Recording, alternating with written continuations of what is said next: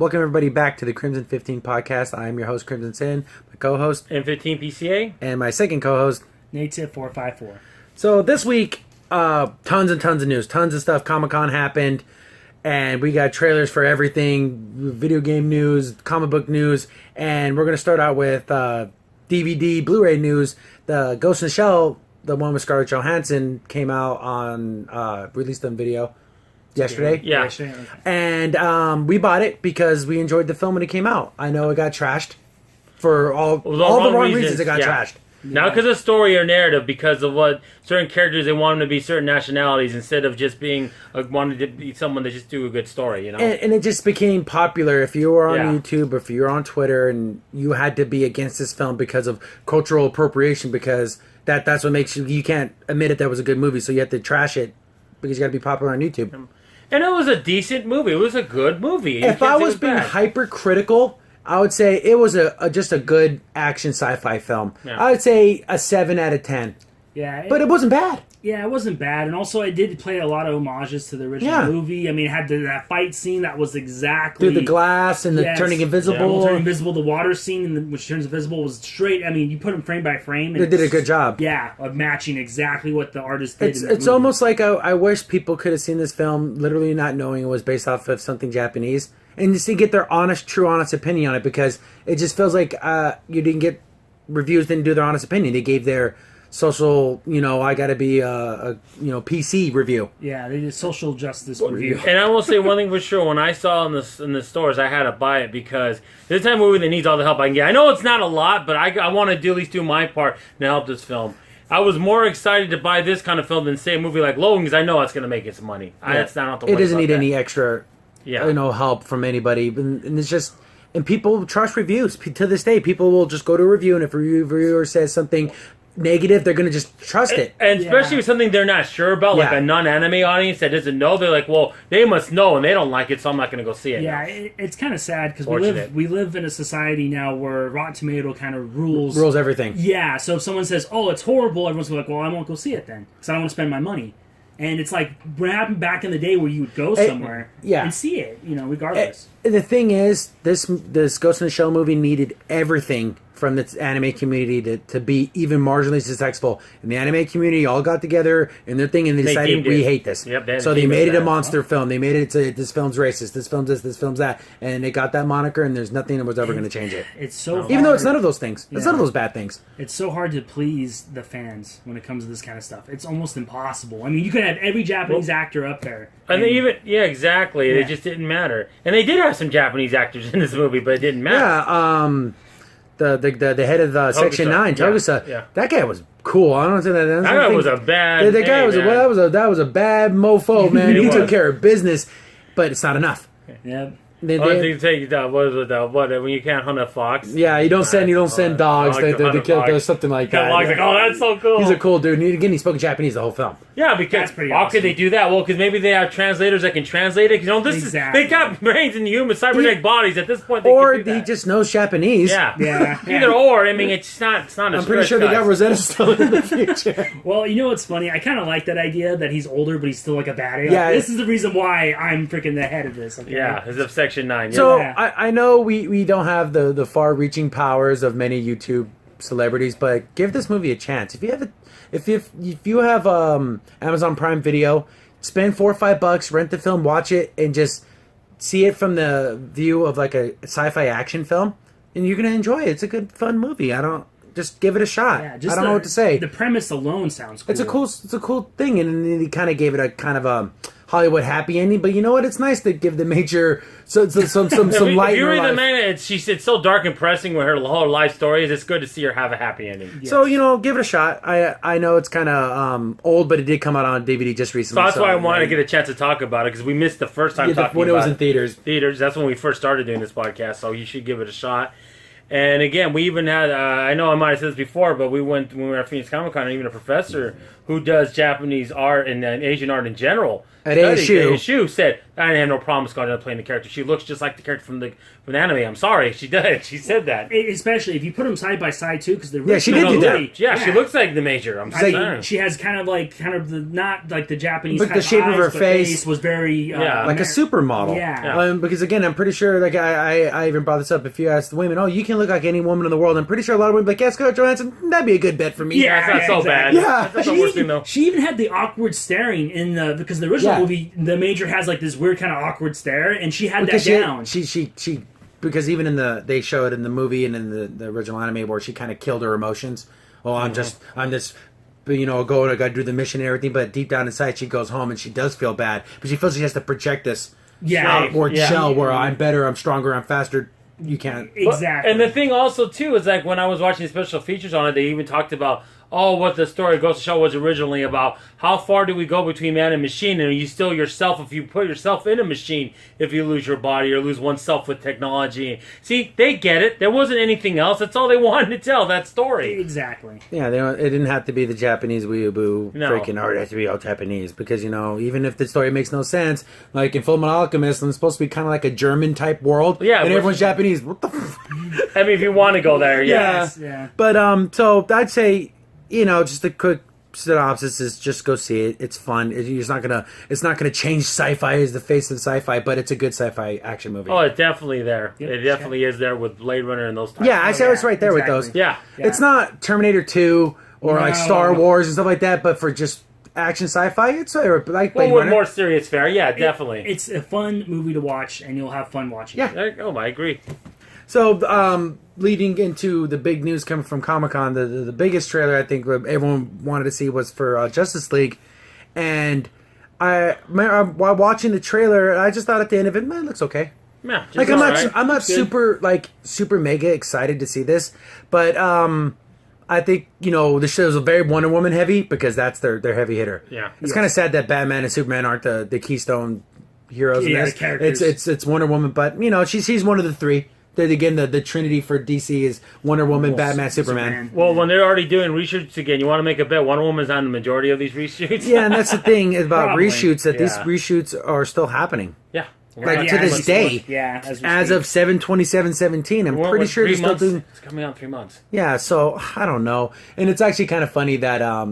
Henry Calvin, is that his name? The one who plays Superman. He has a mustache because he's playing in another movie. Mission Impossible. That's another Mission Impossible movie. Nice. So they brought him back in to do reshoots, and you'll see photos of Superman with the mustache floating around, and they're gonna just use digital effects to remove it. But I'm like, it's so silly. He just looks funny with Superman with the mustache. Because I guess awesome. Paramount owns the rights to Mission Impossible. They told him, hey, look, he's not gonna shave it off. We're shooting our film. He's under contract for us. He can't shave it off. It's essential to his character to have that. So you got to work with that. So hopefully it doesn't look weird or silly because they have to use CGI to remove his mustache. That makes me think that, what if it's like talking and stuff? I don't know. Hopefully they can... I know. I just kept on saying funny things, maybe Scarface Superman. It's just so weird. Because, man, come on. Maybe they'll just film him from the neck down. So from the mid-nose up. Like you can never see his mouth move. He's going to be like the Tin Tool Man's neighbor. Yeah, we're going to Krypton, man. He goes up to the fence and he looks over the fence talking to Batman. It's just all kinds of funny things going to cover his mouth, like Austin Powers. Something always goes by to block his face. That's funny. Exactly. But, go back. Something serious. Actually, go back to the trailer. Yeah. I had this problem with Batman vs Superman where you could tell, that's 100% CGI. Batman didn't jump on that pole and use his battering hook to get away. You see Wonder Woman falling on top, jumping on top of the building, and that's all fake. Nothing about this is real. Yeah. Building is CGI. She's CGI. Literally, it was all done on a computer. There was no real actor there. Yeah, you need some practical effects to make it. There's so much, And then Cyborg. My goodness. I don't like the way nothing about this character makes you think, oh, that's a cool guy in a robot, like half robot man. Oh, that's literally 1/4 of a man's face and the rest is green screen.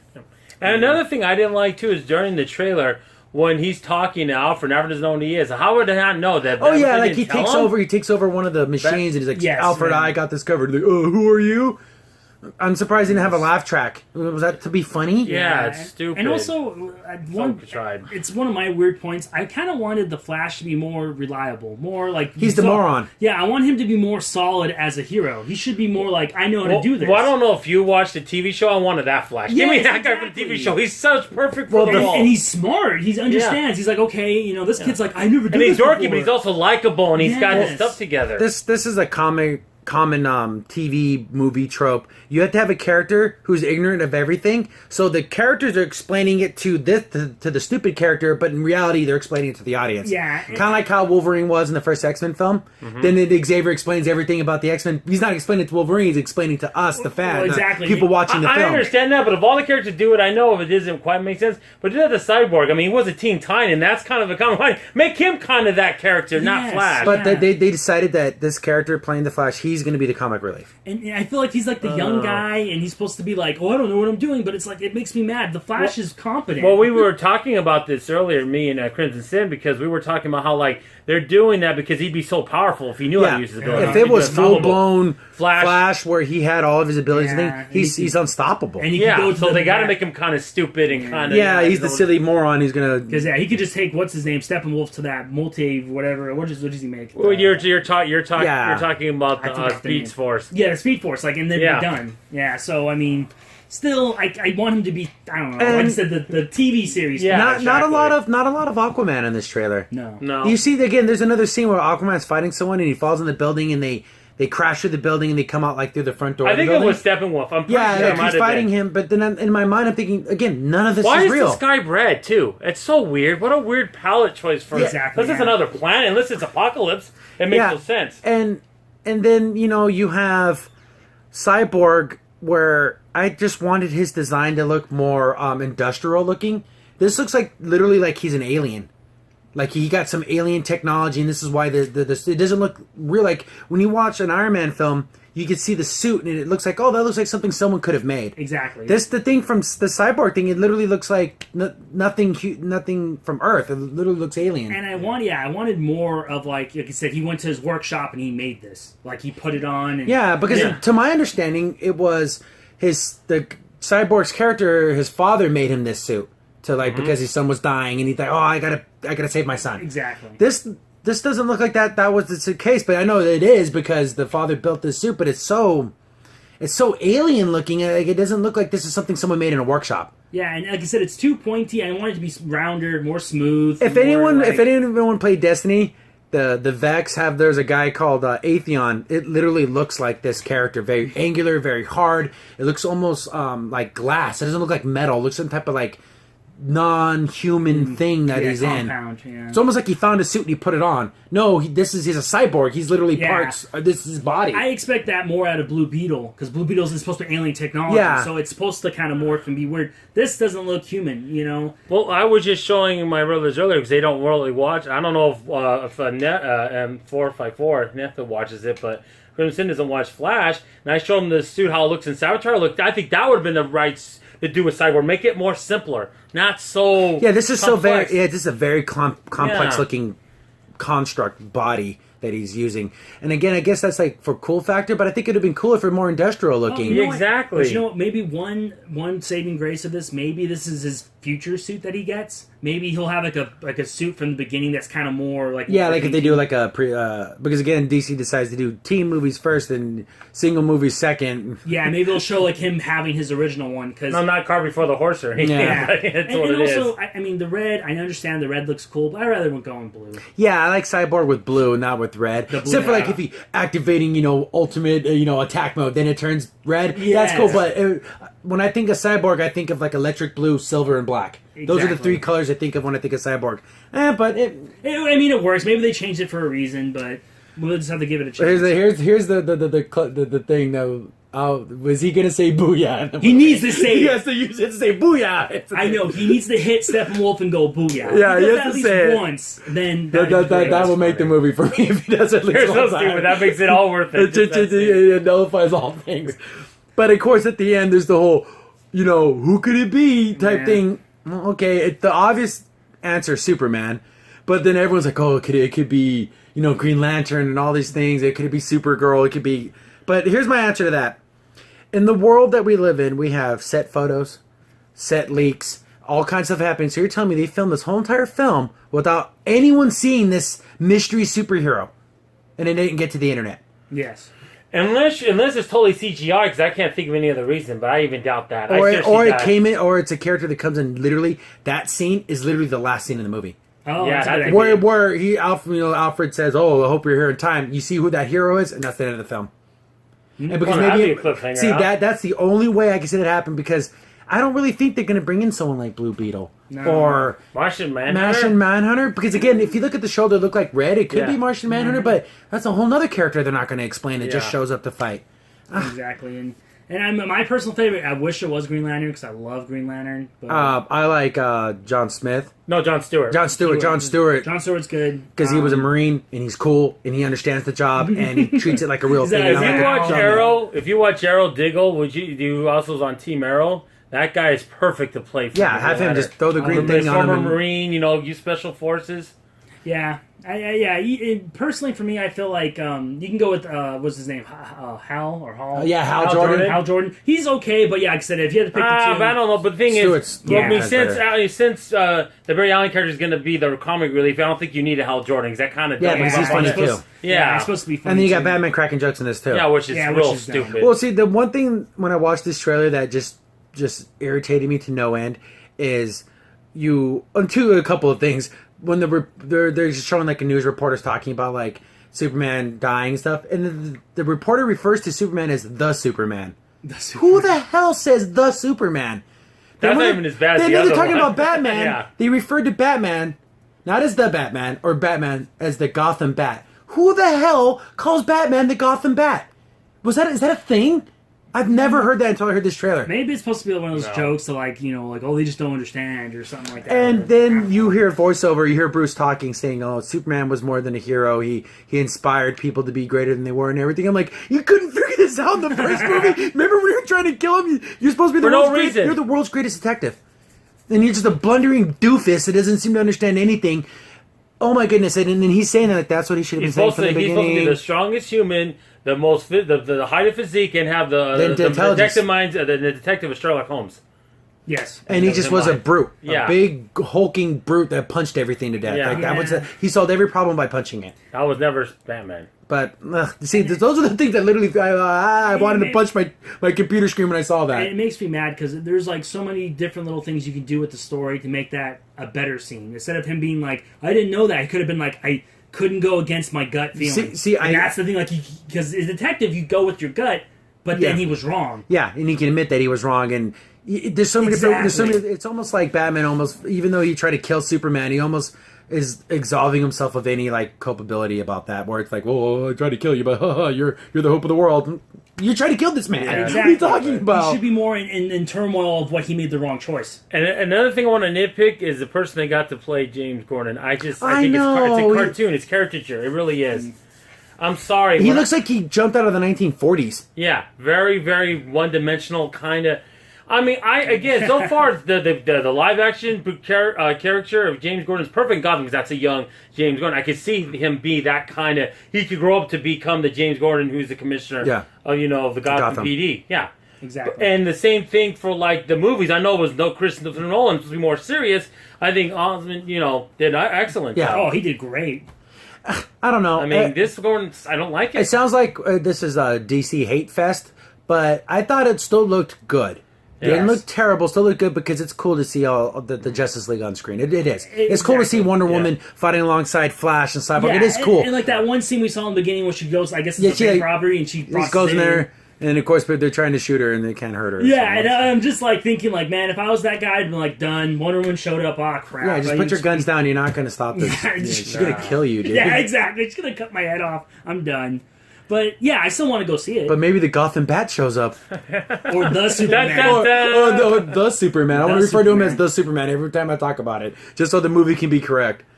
But it's just hesitant about it being any decent, or it just might be just good. Yeah, and that's exactly. But that's a problem. with all these characters, it can only be should be excellent. It should be almost close to Civil War level, exactly. Marvel Civil War type of movie, and it's not even get close to that. The problem with quality, but the problem is with their DC movies, they have good stories. Like they have stuff like Green Lantern, and they have Injustice stories from the video games are excellent. Exactly, and it's just like you have all this story and deep lore, and they just don't know what to do with it. They just feel like they fumble it, and they try to do things that don't make sense. And they made, again, just the what do I want to say, the Foundation films, Man of Steel, and Batman vs Superman, and Suicide Squad. That's a shaky foundation. Those are just okay, average movies, and it's hard to build this grand castle, this grand universe when your starting films were just meh. Guys, okay, you're 1 for 4 because one good movie, one to make up for the other ones. And Man of Steel was barely okay. I mean, we're talking right. And I saw it in theaters and everything too, and I just thought it was okay. It was good. Like I said, the best part of that whole movie though was him being a boy though, like the trailer and it showed. Yeah, and you see that little boy, and he has like the towel tied to his thing, and that's the love I have for Superman. But that's the thing. When your best scene's not even to do with Superman himself, what does that say? But it goes to show you that what Superman can inspire the greatness in anyone, even a kid who's in a wheelchair and he's crippled. He can look at Superman. He's doing his best. I can do my best. But I'm sorry, in the Zack universe of Superman, where else do you feel that? You don't at all. No, it's not even close to that. No inspiration. No inspiring. You get more inspiration from Wonder Woman. Yeah, exactly. Yeah, and exactly. And like you said, we love these characters. These DC characters are awesome. We love like the old stories in the comics and the TV series. We just wish they can just bring that to the movies. And it was the way it was handled. They're stuck with what they have because they're not rebooting anything. That's not happening. Hopefully, literally, no. I don't think any ship is completely it's at stormy seas, but you can still turn the wheel and steer it towards calm waters. They can still do that. They can still get there. I would make the analogy. This is like making a stew or something, and it's really bad, but you got to put maybe a few more ingredients just to salvage what you can at this point. That's what I feel. And I think what's hurting is we got this fanboyism where it's like it's DC versus Marvel, and only one can be good, and the other one needs to be completely destroyed and never shown anything. No, we can have both these things, guys. Yeah. Coke and Pepsi exist. There isn't just one soda. There isn't just one car company. There isn't just one video game maker. You can have multiple. Well, the thing is, I mean, again, I have my preferences. I'm not going to lie. I like Marvel a little more than DC, but it doesn't mean I want DC to fail. I don't want it to be bad. No, we want them to make tons of movies. More movies, the better. That's the thing with Star Trek and Star Wars. I love both, but I just like Star Trek a little more. That's exactly, Even though it's a little embarrassing. Yeah, lately the Lewis thing, you're like, I didn't see that new trailer. I wanted to see that. I'd seen still screenshots. I watched it. It's we'll talk about it. Yeah. But so with the Justice League, it looks okay. They showed off some posters too, and the posters almost look like, are they starting a rock band?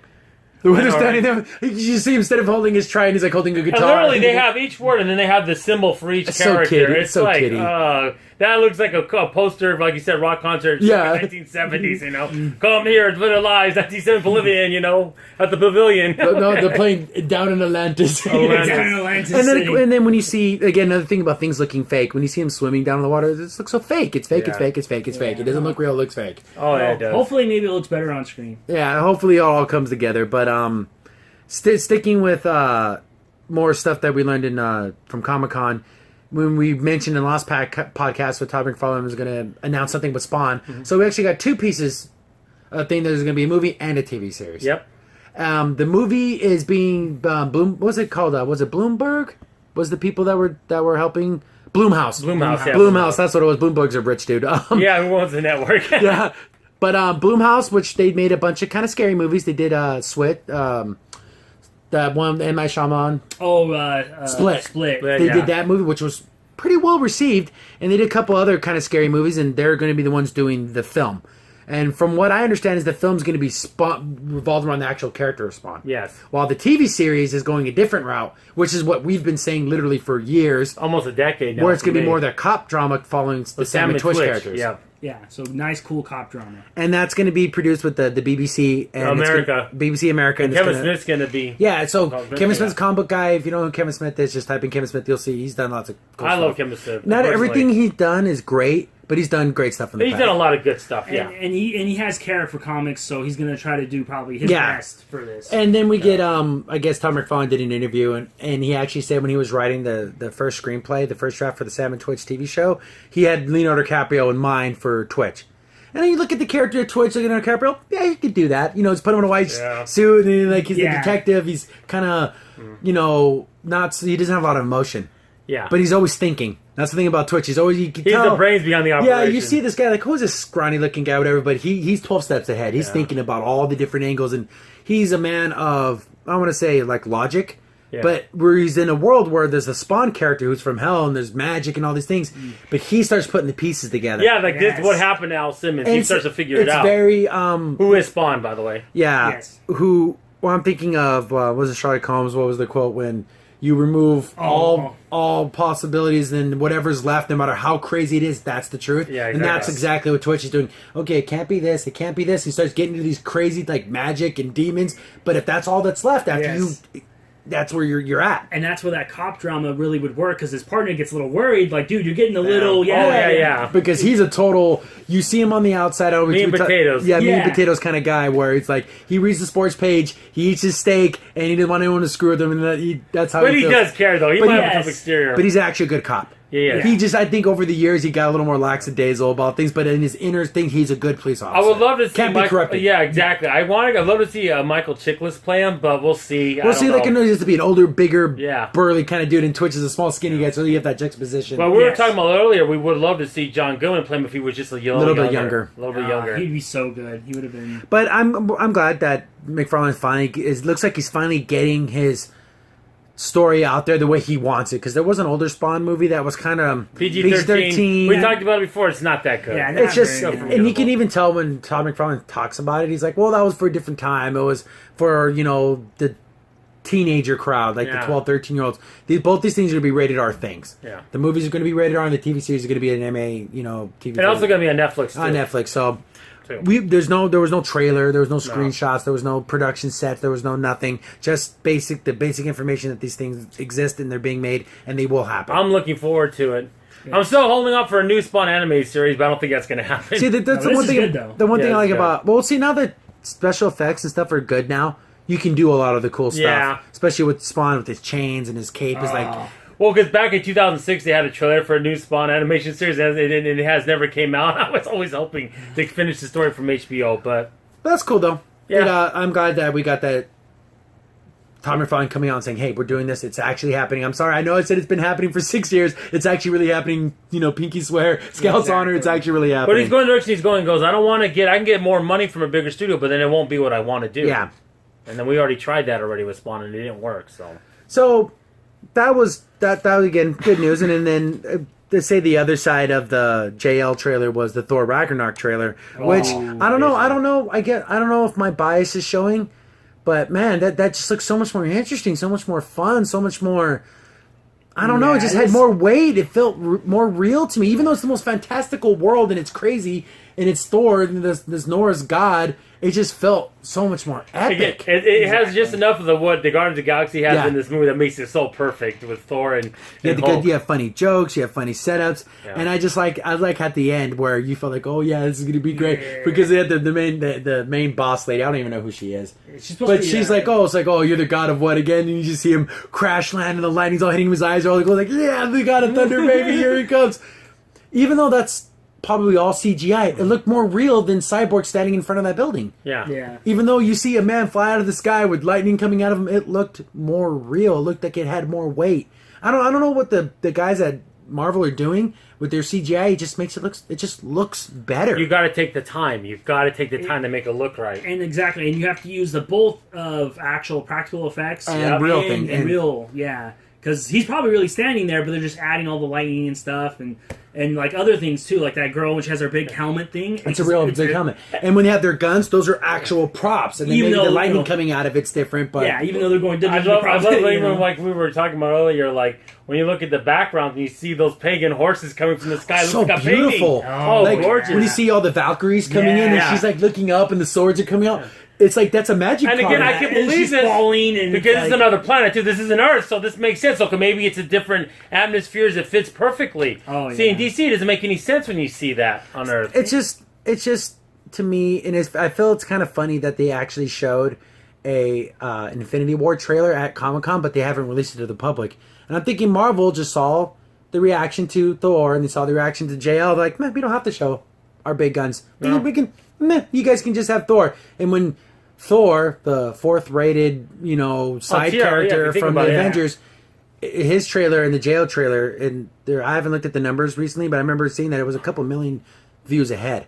Yeah, and it came out after the JL trailer. Yeah, but that just goes to show you. I know views don't necessarily mean that it's a better film or whatever, but it shows you that the enthusiasm's there. There's more hype. And then Marvel probably said, we don't have to show our big guns. And some of the jokes are so funny. Yeah. Like he's talking to Bruce Banner afterwards, and Thor's like, "Who won the fight? I did pretty much. Doesn't sound right. I don't think you won. I don't think I would lose." And it's funny because Thor is like looking off in the distance. He's not even looking at Bruce Banner. He's like, "No, that's not what happened." He just didn't even look at him. At least turn your head and talk to them. Yeah, you're lying. That's why. Yeah, I show you beat him. And of course, in the big of the trailer too is that Hulk talks. Yeah, he's starting to get his intelligence. Yeah, that's what happens. Like he's still a brute. Yeah. Yes. But you have the intelligence where he's talking. And the JL trailer had jokes, but that felt like they felt flat. Like you have the Flash, and then Gordon's talking to them, and all the other heroes disappear. The whole Batman. Every time you turn around, Batman's gone, but the Flash is still there. He's like, "Well, I guess they're faster than you thought." And then he runs off. It's like that's not funny. Yeah, you know what it was? I think they went for too much. You know when you make a joke and then you say something extra afterwards, and it's like, okay, you went too far. I think it'd have been funny if he'd been like, "Well, I better get going too." Yeah, exactly. That would have been funnier. But then he made a funny quip that wasn't a funny quip. Yeah, he went too long. Yeah, that's exactly what you were saying. Yeah, he should have been like, "Oh crap!" just got out of there. Like, don't say anything. Oh crap. Yeah, exactly. Why are you still here? Oh, stuff like that. And I don't know, just the little tweaks here and there, and it's sad. And I don't know what the song is in the trailer. It's excellent for Thor. It just gets you in the mood. Like kind of heavy metal-ish kind of, It has that, but it also has like that 80s grunge to it. If there was anything that this movie reminds me of just from the aesthetics was there was a game called Far Cry 3. There was a sub-game called Blood Dragon. It was very 80s VHS. And that's what this literally reminds me of, the Blood Dragon version of the Marvel MCU. If you downloaded it, it was free a long time ago for the game to go for 1 week. I have it in my queue. I never downloaded it. But it's a fun game. It's cool, but it's that very lasers and, explosions and 80s. And also for the 360 too, but yeah.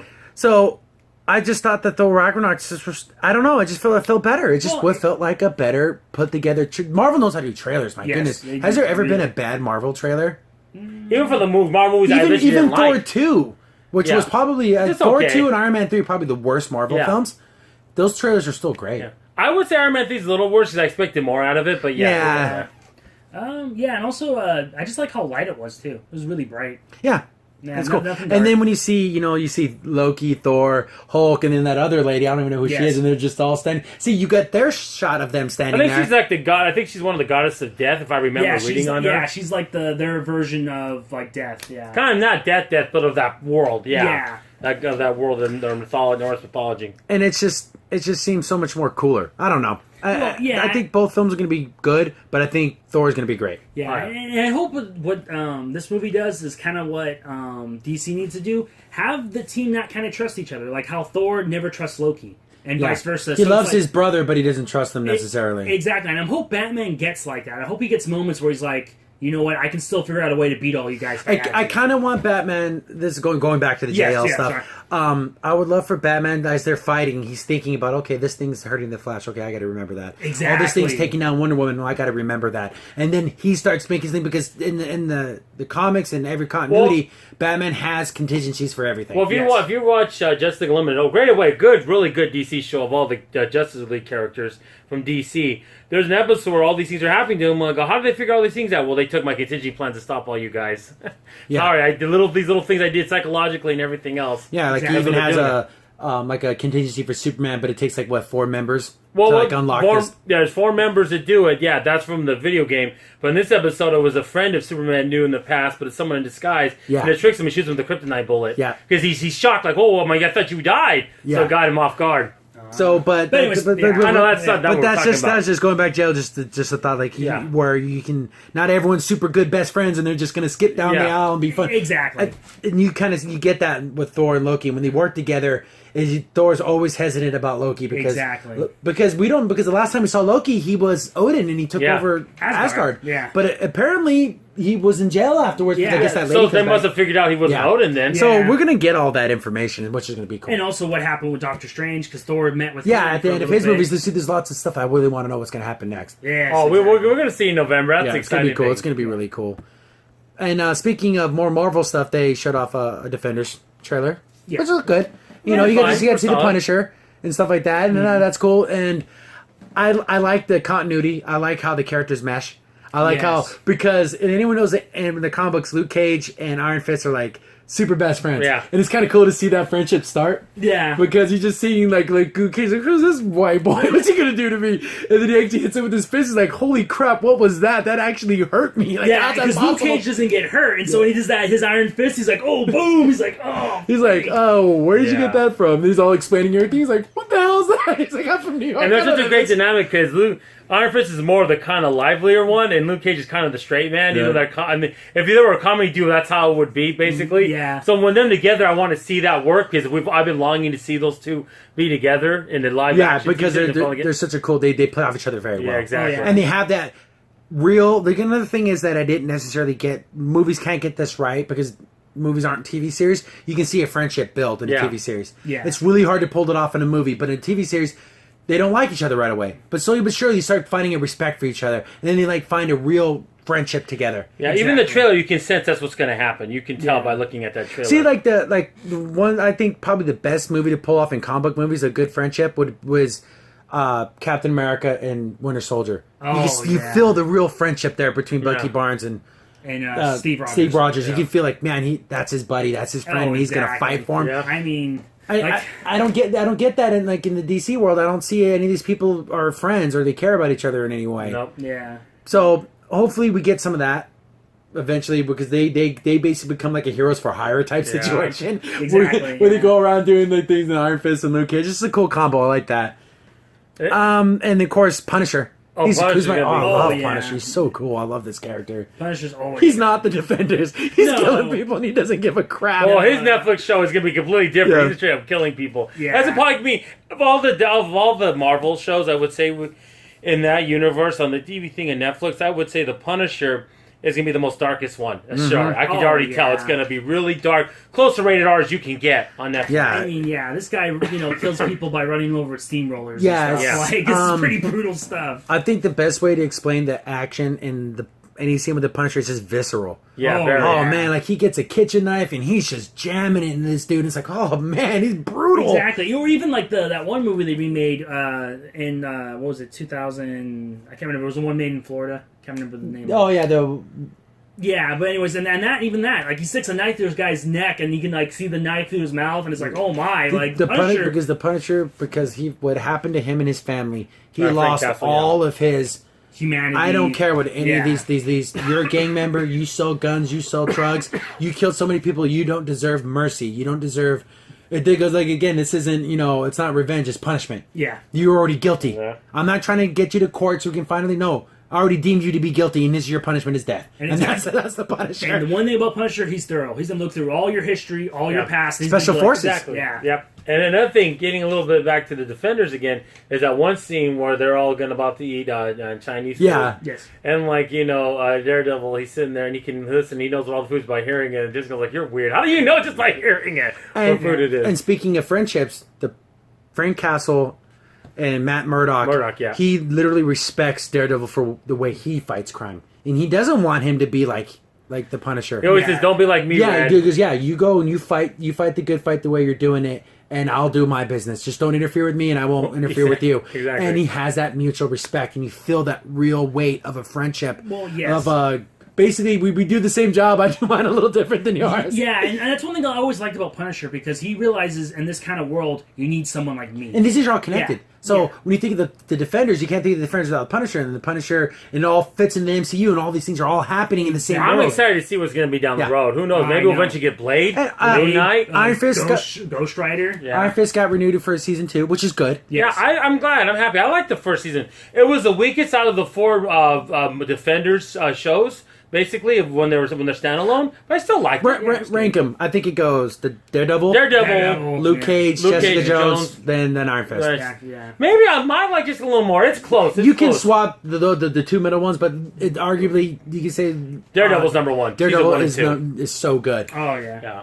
But none of them are bad. No, that's the thing. Even though you have to rank them from 1 to last place is still an 8 out of 10. Yeah, it's still 7. And yeah. worst case, I would say average maybe 7.8, 7.7 if you want to get technical about it. Yeah. But I thought I just love that we're getting more and more of this, and it's cool to have the movies are dealing with ultra mega threats, Thanos and all those kind of guys. Then you have the TV series are dealing with the street level crime, which is great. It shows that both these things exist in the same place. It's showing that like how the main bad guy of the Defenders movie wants to take over New York City, which is it's a big Sigourney Weaver is playing the main villain, the main villain, and it's like, oh wow, this is a different kind of because she's not a hands-on kind of villain. No, but again, where you had Kingpin who was kind of in the middle, hands-on, hands-off. This she really just seems like a mastermind type of bad guy. Exactly, and like you said, it's kind of more. Is she based off a comic?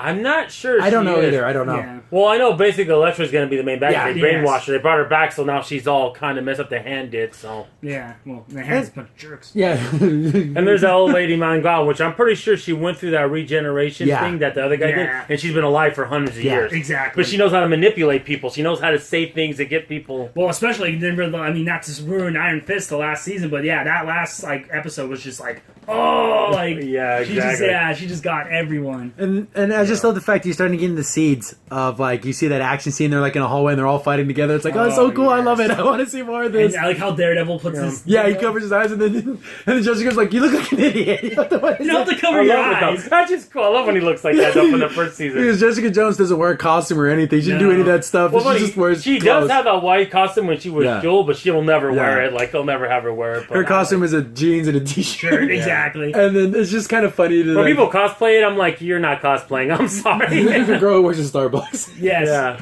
But Seattle. It's just, and again, it's a ton of fun. It's funny how you can watch the Defenders where it's like, oh, there's dark moments, but it's mostly fun and cool action. Then you have the Punisher, who's part of this world where it's more about, man, Frank Castle, man. It's almost like he wants to be dead. He literally wants to die during one of his missions, but he just can't. Yeah, he's just so good, he just can't. Yeah. He's very Logan, where it's like, oh, here I go again. I got to do what I got to do. Yeah. It's almost like he feels like, I wish someone, as I'm walking, would just snipe me and kill me and just be over with it, but I gotta keep fighting until that day happens. I'm fighting and fighting and fighting. He's like shot with a bunch of bullets. He's laying down. He's like, nope, not dead yet. Nope, not dead. I gotta get up. Oh, let's go back to work. Exactly, and he just shrugs it off. And both these things exist in the same microcosm, and that's so cool. I love that. See, they kind of, because they showed all the trailers for the new DC shows, they kind of are connected, but only through alternate universes they're connected. They're not connected like in the same world. Basically, Legends of Tomorrow, Arrow and Flash are on Earth 1, and Supergirl's on Earth 38. Yeah, she's her own thing. But those trailers, they look fine. They look fine. Again, I'm the one that watched it. I don't know how many series and... I don't watch any of Supergirl. I watched a lot of Arrow. Arrow, Flash. Yeah. Those are good. Excellent. Okay, did you watch all of Arrow last season? No, I actually kind of stopped in the very beginning, but... Yeah. So because I wanted to talk about the ending. No, you can't. Oh, you sure? Okay, just want to make sure. Okay, so we'll talk about the Arrow trailer. Well, basically what happened is that at the end of the last season is that they were finding the main guy, and he trapped him on the island that he was trapped in from the very beginning of the series, and he ended up blowing up the island. And Arrow thinks everyone he knows is dead. But in this upcoming trailer, you see Black Arrow. So you see the characters, so they survived. And her costume looks cool. Oh, yeah. They actually give her more of a comic booky costume. And the new costume looks pretty cool. Mm-hmm. So basically, that looks like kind of the story of what he has to go through, going through that traumatic event. So I'm like, it could be okay. But to me personally, I do like Arrow. But this is the 6th season, I think, coming up. We're starting to get...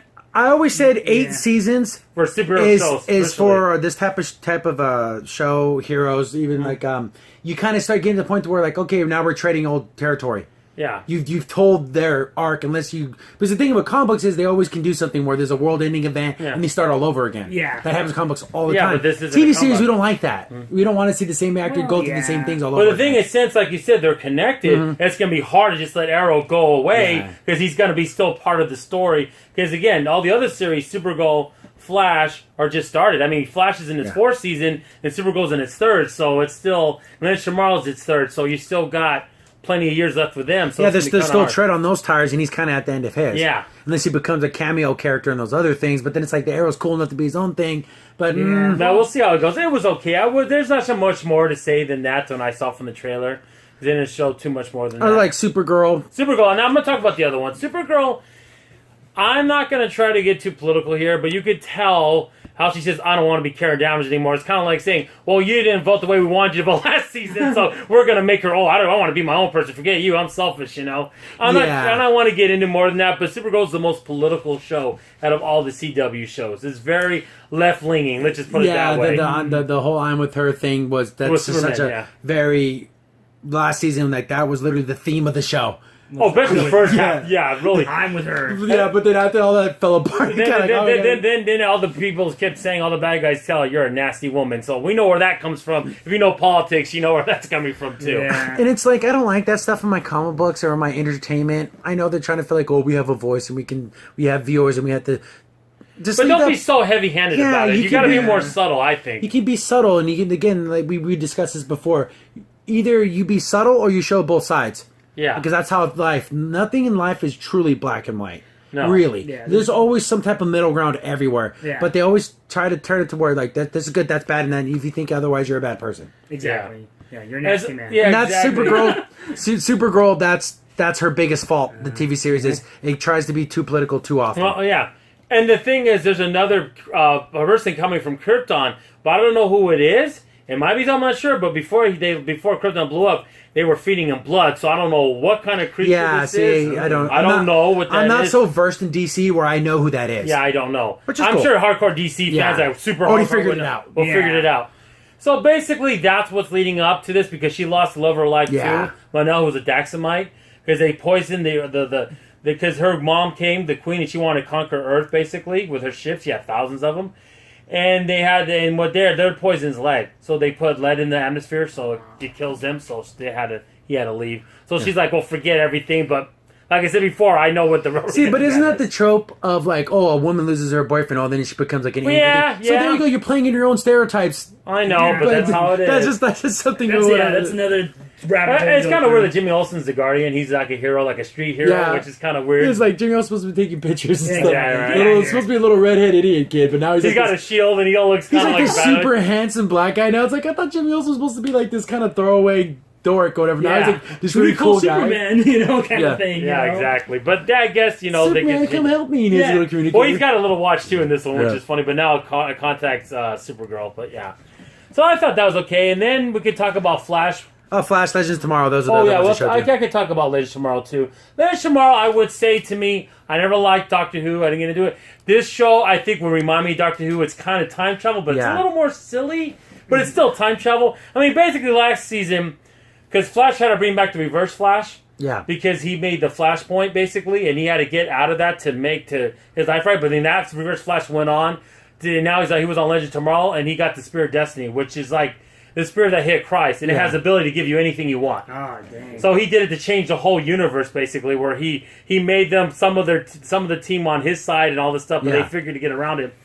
And the lady who plays White Canary got the spirit back in, basically made everything back, and made where that one the Black Flash go and get him, because he's kind of like the monster. Like if you mess with time enough, he'll come and get speedsters, and that's what happened. There has to be like an overall, because again, if someone can affect reality and time, there needs to be something to balance it back out. That's what the Speed Force does. And so basically what happened is, and then now get back to, about Lynch tomorrow, they're trying to fix now, the Time Masters are gone because they were destroyed in the first season, so they have to keep on fixing things basically, and they're going through other historical events, and that's kind of that kind of show. It's like an ensemble. You have White Canary, you have friggin' Adam in it. You also have Vixen in it, who's the lady who has the ability that has magic that give her like all these animal powers if she wants them anytime. Mm-hmm. And there's this other guy named Steel, which I'm pretty sure they made up. He looks like Colossus. I'm going to say it right now. He's Colossus. He's got metal stuff, and he could he's the strong guy. He's the strong guy, basically. And of course you have, as another character, you have Firestorm, who's a newer character from DC now, who can, that old guy and that other kid combined to make Firestorm. Yeah, so that's, and then, did you say Captain Cold? No, Captain Cold was on the team, but he died. Yeah, he died. He died saving the whole team. And the coolest line ever when he died. He was such a great character. I loved how Snart, the play Leonard Snart, he played it so well and perfect. It's like it's a shame that he died. I like when he died before he said, "Told timers, you have no strings on me," because they always said, "We manipulate everything. You have no free will." That's what they were saying. Yeah. But we all have free will in the end. We all get to choose.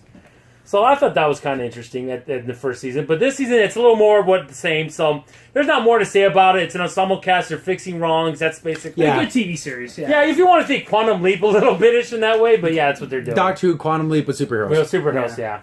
And then Flash had his trailer. Which probably the best of all the DC shows. Is really solid. Very good. Well, what happened at the end, Savitar, at the end, which is the replicant he made to stop Savitar, but he ended up making Savitar by doing. But anyways, welcome to time travel. Yeah, it can get weird. He ended up opening a portal to Speed Force. He was since he screwed up and didn't kill Iris that made him in the first place. Because there was another Dr. Wells, if you watch the show, who's like a brilliant scientist who replaced her by changing his face. He had Hall technology from Earth 17. Yeah. So then he wanted to put himself in the Speed Force, and by doing so, he'd be everywhere at once. So like he'd be like a god. But then they stopped that omnipresent, plan. Omnipresent everywhere. So they stopped that one, and he's about to kill Flash, but he gets out. Flash gets mad, knocks him out of his suit, and he gets his suit. He's about to kill him. If you do that, I win. It doesn't matter if I go, because you'll just be me again. So he doesn't kill him. And then at the end lets him go, but he gets up, he's about to kill him, and Iris ends up shooting him. So she ends up killing that guy. So at the whole time you were trying to save my life, I ended up saving yours, because he didn't see him about to attack him.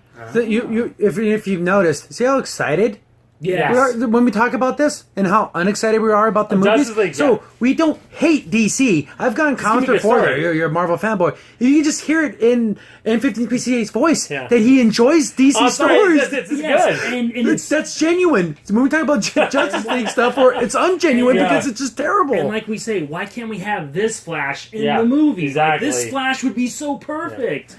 And what had happened, he had to make a prison for him, but since there's no Savitar anymore to be trapped in the prison that he got in the first place, he has to take his place to stop it. Because what happens, he starts ripping up their world, so he has to go in there, so he's gone now. That's the stability the stability thing to stabilize it. So he's there now, but his half-brother is there, who's Kid Flash now. Yeah. So he's going to be the Flash now from this world. But then you don't end up getting him back. So that's the whole thing, is they try to bring him back. All I know is when you watch The Flash, the series, you find out how fragile time is, actually. How easy. Well, how many seasons have you watched? I watched the first two.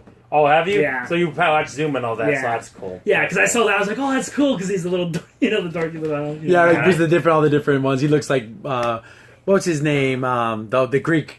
God of speed. Oh yeah, the Hermes in Earth 3. Yeah, that's cool. That's actually his dad in Earth 1 that died. He's like, oh, that kind of sucks. But what are you gonna do? Yeah, like I said, very fun. We just That covers all the comic book TV shows. We talked about Gotham last time. And Inhumans last time. And there's more pictures and more trailers stuff, but it's pretty much the same. But that's all the new stuff that we didn't see from last time in the TV world. And something I just read this morning, that Keith David's going to be on that new Warrior show. And anyone knows who Keith David is. He's got the coolest voice. Yeah. He's done the voices of so many characters. I'm pretty sure he did Spawn. Yeah, he did Spawn. He did Goliath. He just has that deep... It just commands presence. The second command in Saints Row, which I love that game, by the way. He actually literally played himself, which is so stupid. I'm played by yours truly, Keith Davis. He has a voice that is so deep, and because in Gargoyles, I remember watching, and they're like, "Oh, we can synthesize your voice for the growls," and he's like, "No, I don't need that. I can just do it myself." And he does this really good deep growl that's oh man, it's monster almost, and it's perfect. He has that commanding voice. So I guess now they have kind of a synopsis. I'm reading this off of comingsoon.net. It says Marvel's New Warriors is about 6 young people with powers living and working together. The powers and abilities on the opposite end of the spectrum of the Avengers. Yeah, because all their powers are very low key. Type powers where they're very you got Squirrel. Okay, you control squirrels. And the God of Thunder, Thor. Okay, there's a gap there. Yeah, just a bit, right? The new Warriors want to make a difference in the world, even if the world isn't ready.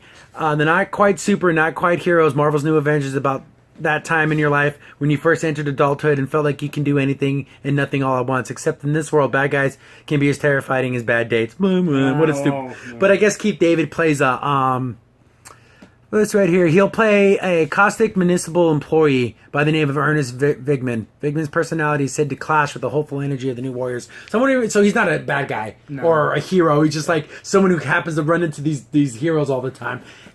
He might be the go-to character for I have a problem. Oh, let me. Yeah, and he's municipal. He's a city employee. Yeah. So he's probably there to clean up all their messes when they screw up. He's probably the go-between between the city and the heroes. Yeah.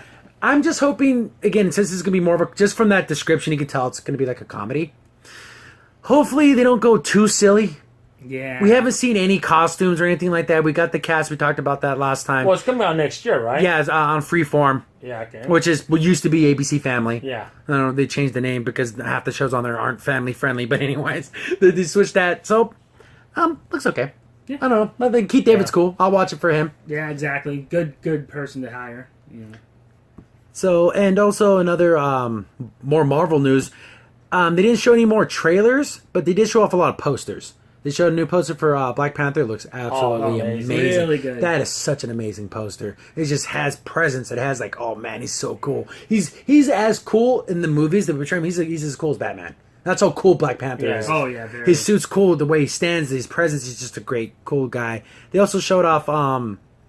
Since they did show the Infinity War trailer at Comic-Con, but we didn't see it, there's shaky cam footage out there. I'm not going to watch it. I will not do that. No, it's... But they did show off this kind of massive poster for Infinity War.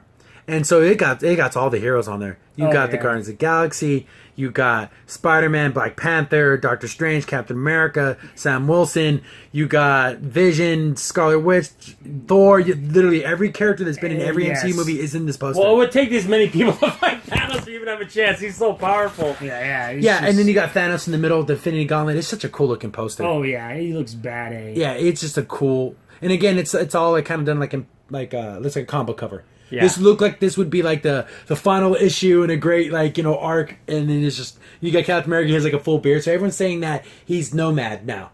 Okay. Yeah, that whole time where he dropped the shield and he just took on the superhero role. If you look up Steve Rogers Nomad in the comics, he has a costume that's so 70s. Like his chest is exposed. I'm pretty sure they're going to change that. It is so awful. He just looks like a cool guy with a beard now. Yeah, exactly. So hopefully they don't go with that one. He's all like all It's funny that you mentioned that. The reason why, because a lot of people did him in a mock-up and the kind of, it's so cartoony looking with his face with Solid Snake from Metal Gear Solid. Yeah. It looked just like Solid Snake with a Yeah, just a rough, grizzled dude. Yeah, he's like, okay, I've been out of the game for a little bit, but yeah, but that's cool. And there was a Wasp Ant-Man poster, which again done in that same kind of pastel look. Looks cool. Great.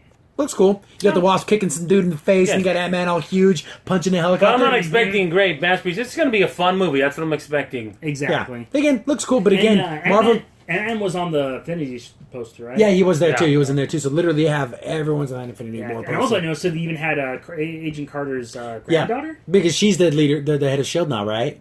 I don't recall she's not. Well, there's an Agent Shield. Basically, it's kind of Coulson again, but they kind of go back. Yeah, they go back and forth. So we don't know what they're gonna do because it always changes. So, but I'm thinking of the comics because in the comics she's the actual leader in the continuity now. They also showed off. They did show some pictures of concept art for Captain Marvel, but I guess they're talking about the story of it. Because I'm like, where's this gonna fit in? Apparently, it takes place in the 90s, and she's fighting the Skrull, which is a Fantastic Four enemy. So I'm wondering how that worked out. Yeah, well. Because that's normally when you think of Skrull, you always think, oh, that's the Fantastic Four. Or the Kree, yeah. Yeah, the Kree's a different. Yeah. Those are the Guardians of the Galaxy. Yeah, as I said, that makes sense for them, but the Skrull. Yeah.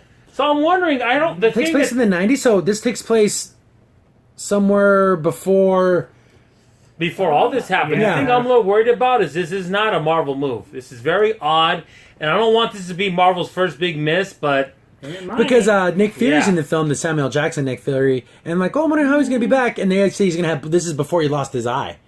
So, that's kind of cool. You're going to see him, a little before thing, but you're telling me during this, everything that's happened, no one said, oh, yeah, by the way, there's this super powerful chick. Maybe she gets stuck in space out there fighting the Skrull, and she's out there. Well, then I'm thinking maybe Coulson, and maybe he knows what she's doing and didn't tell anyone else. It makes me mad. I wish they would continue Agents of S.H.I.E.L.D. because then maybe they find her. Well, Agent of S.H.I.E.L.D. is coming. Oh, it's coming but back? It's going to be a mid-season show now. Oh. They're going to have Inhumans first and all that. Which to me, I talked to Crimson Sin about it. I happen to think it's a good idea that they did that because I think after get the 4 or 5 seasons again. Yep, you get towards the end. Like I was saying with Arrow, I think it's kind of the same thing. We got to kind of delimit it. Maybe they'll find her out there. Then that'd be a cool little nod. Yeah, so, before the movie comes out, oh look what we found, and she's like, exactly that would work. And I'm just kidding. Exactly. The only thing I have about Captain Marvel is I've read other stories. None of this is confirmed, but they're trying to position her to be the most powerful person in all the MCU. That's enough. I don't like that. She shouldn't be more powerful than Thor. Yeah. She should be right with like vision and stuff like that in terms of like strength and ability. But they literally are like positioning her to be the king of the MCU. She's not stronger than Hulk. There's no way. Yeah, but that's the way they're kind of setting her up, because in the comics, Captain Marvel is like, it's every main person has to be a woman, and it has to be a very militaristic, that's that bleed over from the comics that I didn't want. I want the movies and comics to be separate from all that. I wouldn't mind that idea of making her the strongest, but kind of like use a video game fighting term, I would want her to be a glass cannon then.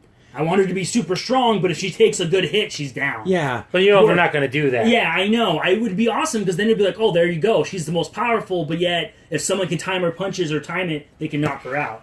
Again, because if you think about Miss Marvel, and you think about that, I would put similar parallels to Marvel, like in the X-Men cartoons, when Rogue gets the powers from her. Yeah, she's strong, but she's not invincible by any stretch. Yeah, she can still be beat, and that's like I'm saying. Show a weakness, an opposite to her being really strong, but then she needs to have like some type of thing. Yeah, if I was gonna make a parallel between the Miss Marvels, that would be my parallel. Yeah. But again, they're literally starting her out as Captain Marvel. They're skipping the whole Miss Marvel that's part of her story. See? Okay.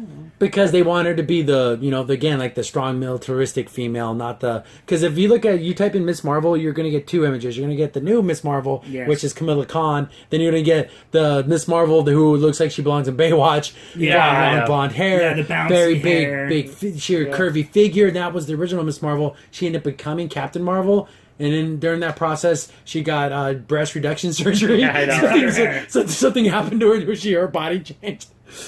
But... They're starting with the newer version of this character, and it takes place in the 90s, so something has to happen where she gets shot out in space and she's still fighting that war. But then she would have aged 40 years. Maybe it keeps her young. The power keeps her young too. Yeah. I don't know how they're going to handle it. Well, when you travel, maybe they'll use the real physics of time travel, or not travel, but the speed of light. You travel so fast, but you'd have to be traveling the whole time that it was happening. Yeah, then maybe got older. Yeah. Maybe that's the only thing I could think of. Yeah. I'm pretty sure something's going to happen where she ends up getting like frozen in space, and then they find her. That's what I'm saying. Like, it has to be something like that, like the kind of the same. Yeah, or maybe she gets thrown in time forward or something, so she's gone for that time and she pops out. Because on that big poster, you don't see her on there, so I'm wondering how they're going to bring her into the MCU. Because if they don't bring her into Infinity War, when are they bringing her in? Because then that's when you kind of get your reboot of sorts after that. Yeah, but I'm wondering again, there might be some deaths and stuff like that, so maybe she'll come in and be the new Captain America figure where she's... Yeah, everyone kind of ready. I don't think people are ready for the emotional impact that's going to see to people. I don't think they know the real story of Infinity War is what happens. A lot of Marvel characters are going to die in this that we know, or at least some are going to. Yeah, then we'll get some torch passing in this film. I guarantee it. Some character, because I know Chris Evans wants to direct and he doesn't want to act in films anymore. So I'm pretty sure he's going to do his due, and kind of like how in Logan, you're going to get his finite story where it's going to come to an end and the actor can let it go and walk away. Exactly. Yeah. Unlike, the rumors of Batman. But I guess that's been debunked. But for a while there, people saying Batman, Ben Affleck was getting pushed. Which would have been a terrible move. But then Ben Affleck came back and said that isn't happening. But he didn't say it right away. He let it sit there for, I think almost WB was like testing the waters to see how the reaction was. Anyways, back to other non-DC things. I guess this falls in the realm of geekiness. There was a book called Ready Player One. And I heard it was being made into a movie, so I ended up getting the book and I was reading it. And I stopped reading it because it got really, really nerdy. Like there was Well, you're embarrassed about it, where I felt embarrassed to be what I consider myself a geek, a nerd. Because this is a world where it's in the future and everything's terrible because guess what? America ruins everything. So people are living like they do like in Zimbabwe now. But that's America. Everything looks like crap. Basically, you live in this virtual reality world to do all your schooling and everything because the real world sucks. Everyone needs a virtual reality.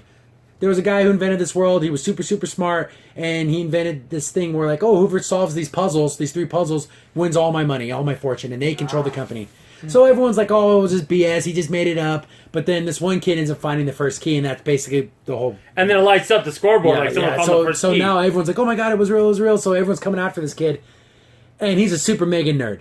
So he loves everything 80s. Even though it takes place like in the future, he's like, he knows everything 80s. Mm-hmm. We're talking Goonies, Back to the Future, all that stuff. That's kind of funny. It's funny, but they bring it up in the book. They bring it up all the flipping time. Okay, we get it. You know Conan the Barbarian. You know about Lady Hawk. They literally talk about like the soundtrack to Lady Hawk for like 3 pages. Oh, wow. And I'm thinking to myself, oh my goodness, okay, I get it. I think they should have shortened that big time. And then there's even the scene in the book. Hopefully, it's probably going to be in the movie because they would think, oh, that's funny. It's you know, the thing that never happens in real life where 2 nerds try to out-nerd each other. Yes. Oh, they like go off going back and forth naming like 80s things and like trivia. Well, the screenplay writer for this also wrote what score for this movie, and they kept going back and forth. Exactly. That doesn't happen in real life. That's so cringy. Yes. I mean, that's the thing what you're talking about, but I want to make some parallels to that. I was at this anime convention, SapporoCon, it's a local one here in Arizona. And they had this thing where they would show a screen of all these different animes, and mostly older ones, you know, stuff I would really know. And me and this other guy, which by the way is funny because he does his own panel we went to. We didn't think it was all that good because he just showed nothing but trailers. Yeah. He didn't anything. And I went to Bay and we had to name off all the animes we saw. We went on for like 40 animes until I finally missed one. See, but that's like a contest. Yeah, it's a where contest. You're looking at pictures. This is just like 2 people talking. Yeah, I know. Like, and the guy's like, oh my goodness, you guys are going through this list, but go on. Then it's all, you know, and it's the same kind of nerd, you know, King of the Nerds type thing where it's like, oh, you didn't watch the extended Laserdisc edition of this film, but it had to be the edition that came in 1987 because in this scene it's different. It's like, oh goodness, stop! I'm probably how many pages is this crap? I don't want it to. It's like basically like, you know, we're all nerds, but even you want to be good. Oh, get it? This is amazing, yeah. But after a while, you're like, come on, let's just get past this. I mean, we wouldn't even want to be around these kids. Like we'd be like, oh, geez, get away. I think I got to about chapter 7. I probably got 25% through the book, and I stopped because I said I don't want to hear any more. But it's stuff. amazing because another thing. Oh, I know exactly what you're saying, but another amazing thing about the trailer is other people have more money to buy avatars. And you saw Harley Quinn. You saw Deathstrike, you saw Ninja Turtles, you saw because WB is doing the movie, so of course all the WB stuff's and there's some non-WB stuff in there. But the thing is, you watch this trailer, you see this trailer, and it looks like this big giant action film. Well, from what I've read, and that's very little of that in the book. But you know they're going to probably because in this world, he has a friend who does like the arena fighting. And then you see this big ogre character with like guns. I think that might be his friend's like avatar because he's really good at the game. Because in this world, this virtual reality world, there's everything. You can go to school and just be a normal person going to school, or you can like live in Lord of the Rings world where you're fighting dragons, or you can live in Star Wars world where you have, you know, Jedis and everything. And this expansive virtual reality world encompasses everything. First of all, this type of technology is so far. This is like beyond holodeck type stuff. Like I don't know how this guy invented all this stuff. In only your 2045, no offense, it sounds like maybe 2200 technology. Yeah, this is insane type technology. Yeah. And they have all kinds of stuff. Like if you want to be a race car driver in the world of crazy race car driving, you can. It's like an F-Zero type world. Where you see the DeLorean from Back to the Future, the Cura bike. So you have all this like crazy stuff, and it's almost like it's like in the book. I just feel like, oh, do you know this nerd thing? Do you know this pop culture reference? Do you get this reference? And it's like, okay, we get it. Enough pop culture references. My goodness, it's like never ending. And I kind of wish I didn't read the book, the beginning of it, so then I would have been like, oh, this trailer looks really cool, but then I'm kind of like, this trailer is not representative, at least of the first 7 chapters of the book. It's more slow. It's more about how the world's terrible and the global warming ruined the world, and he has to use his crappy laptop to go to school, and he lives with his aunt and uncle, and they're like jerks, and they take all his money, and they treat him like crap, and very not Charlie Bucket, Harry Potter, where he lives with a crappy family, and they treat him like garbage, and I guess in this world, it's not food stamps, but it's like food ration tickets. Yeah. And they take all his and they feed their kids and he gets all the scraps and everything. So it's kind of a dark and dour type world. And the trailer doesn't show any of that, except for you see all the trailers. Yeah. Like they're stacked on top of each other because that's not dangerous, right? Yeah, the funny when you mention Charlie Bucket and then Willy Wonka, they do play the theme song. So that's why you were thinking that in the trailer. Another thing is too, like I don't want to get too preachy here, but in the book there's like a neighbor who's like a religious lady, a nice old religious lady. You know, think of the lady who makes cookies for the kids. And she's like, oh, you know, you can come to church. You know, I pray for you every week. That, you know, that. In the back of his head, I learned at 5 years old, those things are so stupid to believe in a God. The world's terrible, and I'm smart enough to know that praying to an invisible sky spirit is so stupid. It's like, okay, we get it. And it's just very anti-religion, and it's anti-American. It's a lot of that. And I hate that, but also I'm a nerd too, so it's like, okay, whatever. Religion's good for that old lady because she's stupid and ignorant, but I learned of the world at a very young age. And it's like, okay, you're so preachy. Like you're preachy on the other side. Yeah. And that's in the book, and I'm like, is that going to translate to the movie? Like, of course it is, because in the environment in the world we're in now, you hate religion, you hate your government, you hate everything because you're cooler and you know better. And I know that's going to be huge in the film. And of course, you don't see that in the trailer because guess what? Most people aren't going to see a movie about a kid who treats old ladies like crap. He doesn't treat her like crap. He just thinks of her as garbage. Yeah, and that's the actually he's nice to her on the outside, but on his inner thoughts, he thinks she's stupid. But the problem is that's even worse. Yeah, like, it is worse. But they don't say you're hiding your feelings. Yeah. Like because just be honest. Tell her like, well, I think you're stupid, and just walk away. But no, again, who would want to see a movie about a kid being like to be a jerk? Treating the thing. I learned of the real world. Oh, okay, we get it. Oh, yeah. And that's where honestly everyone's freaking out about the trailer because look, I saw the Iron Giant. Okay, we get it. You saw the Iron Giant. That doesn't mean the movie's going to be good. Okay. You know what I said? You give it a shot. See what other trailers come out about it. But I'm wondering if that because this is a very Comic-Con type trailer with lots of action, lots of things happening. What's this about? But I'm wondering if they're going to start showing some more of that, more of the darkness of the whole world being crap and everything, which I'm pretty sure they're going to because that's a big part of the actual book. You know what? I understand that, like, in some books, and you got to show, like, the reason why the world is the way it is. But sometimes I feel like, you know what, just make it crap, you know? You don't have to, have all these political things thrown in there if you don't, Oh, yeah, but you got to blame somebody, though. Yeah, exactly. I understand that people, could be like, well, that's stupid. You have to have some reason why the world's bad. Well, what if we just all attacked each other? World War III, whatever happened to that? So I'm down on the movie. The trailer looked good, but it depends because I not have the knowledge of the book. So I'm wondering if I'm conflicted because with the trailer, what I saw looks like a cool movie, but what I know what the source material is, I don't know if that can. I'm gonna want to give away a little spoiler point when they were talking about like the way to go in the first case. He has to play the game Joust. And I don't think Joust is that common where he would know that. Basically, he ends up going through like a Dungeons and Dragons because the first key was hidden in this really off place. Yeah. He ends up finding the entrance and he fights the Lich King guy. Then instead of like fighting him like with swords and magic, literally a joust machine comes out of the ground. He has to beat him in a game of joust because the guy who invented it was big in the 80s too. This guy grew up in the 80s, so when he invented this world, it was probably like our time, like 2010s-ish, whatever. I'm like, how did he do all this with technology and whatever? Yeah. But yeah, and it's kind of like, oh, get it? Remember Joust? It's obscure. If it would have been Donkey Kong, Pac-Man, I could believe that. But see, Joust was. But again, I guess it's supposed to be a head-to-head. Yeah, or even like something like Tron. That would have been kind of cool.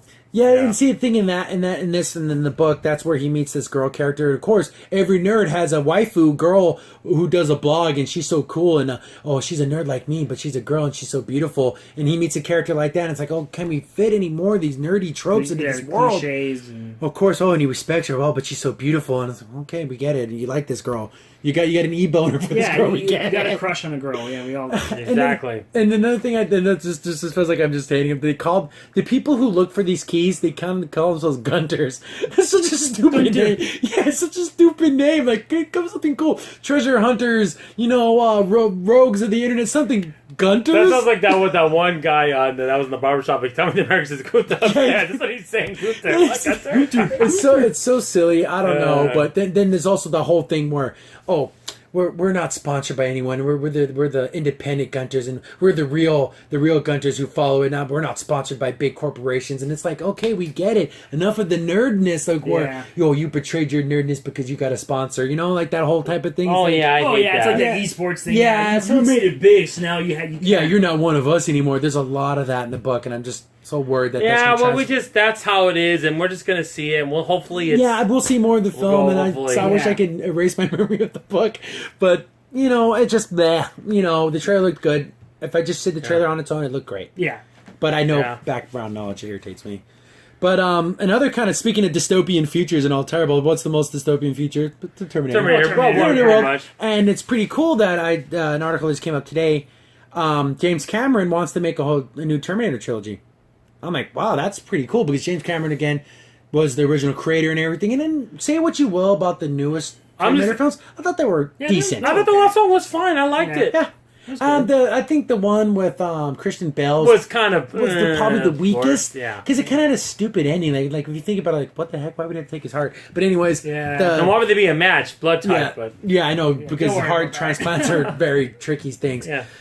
But the one where Sarah Connor's younger now, I like that. That's cool. I like that because then he can make her that young action hero now. She's not like the older mom trying to watch her kid. It's she's younger now. She looked, what, maybe 19? Yeah. Yeah, so that's cool. I like that. And Arnold Schwarzenegger, I think, did a phenomenal job as reprising How much cool the is T600. Arnold Schwarzenegger is now a Team 1000. Yeah, he He's has, got like, the he has liquid metal metal with him and now. everything. That's cool. So I'm wondering if they're going to keep any of that. Because right here from comingsoon.net, the quote, the question is, has the franchise run its course and can it be refreshed? And Cameron responded with, so I'm in discussions with David Ellison, who is the current rights holder in globally for the Terminator franchise, and the rights in the U.S. market reverted to me under U.S. copyright law a year and a half.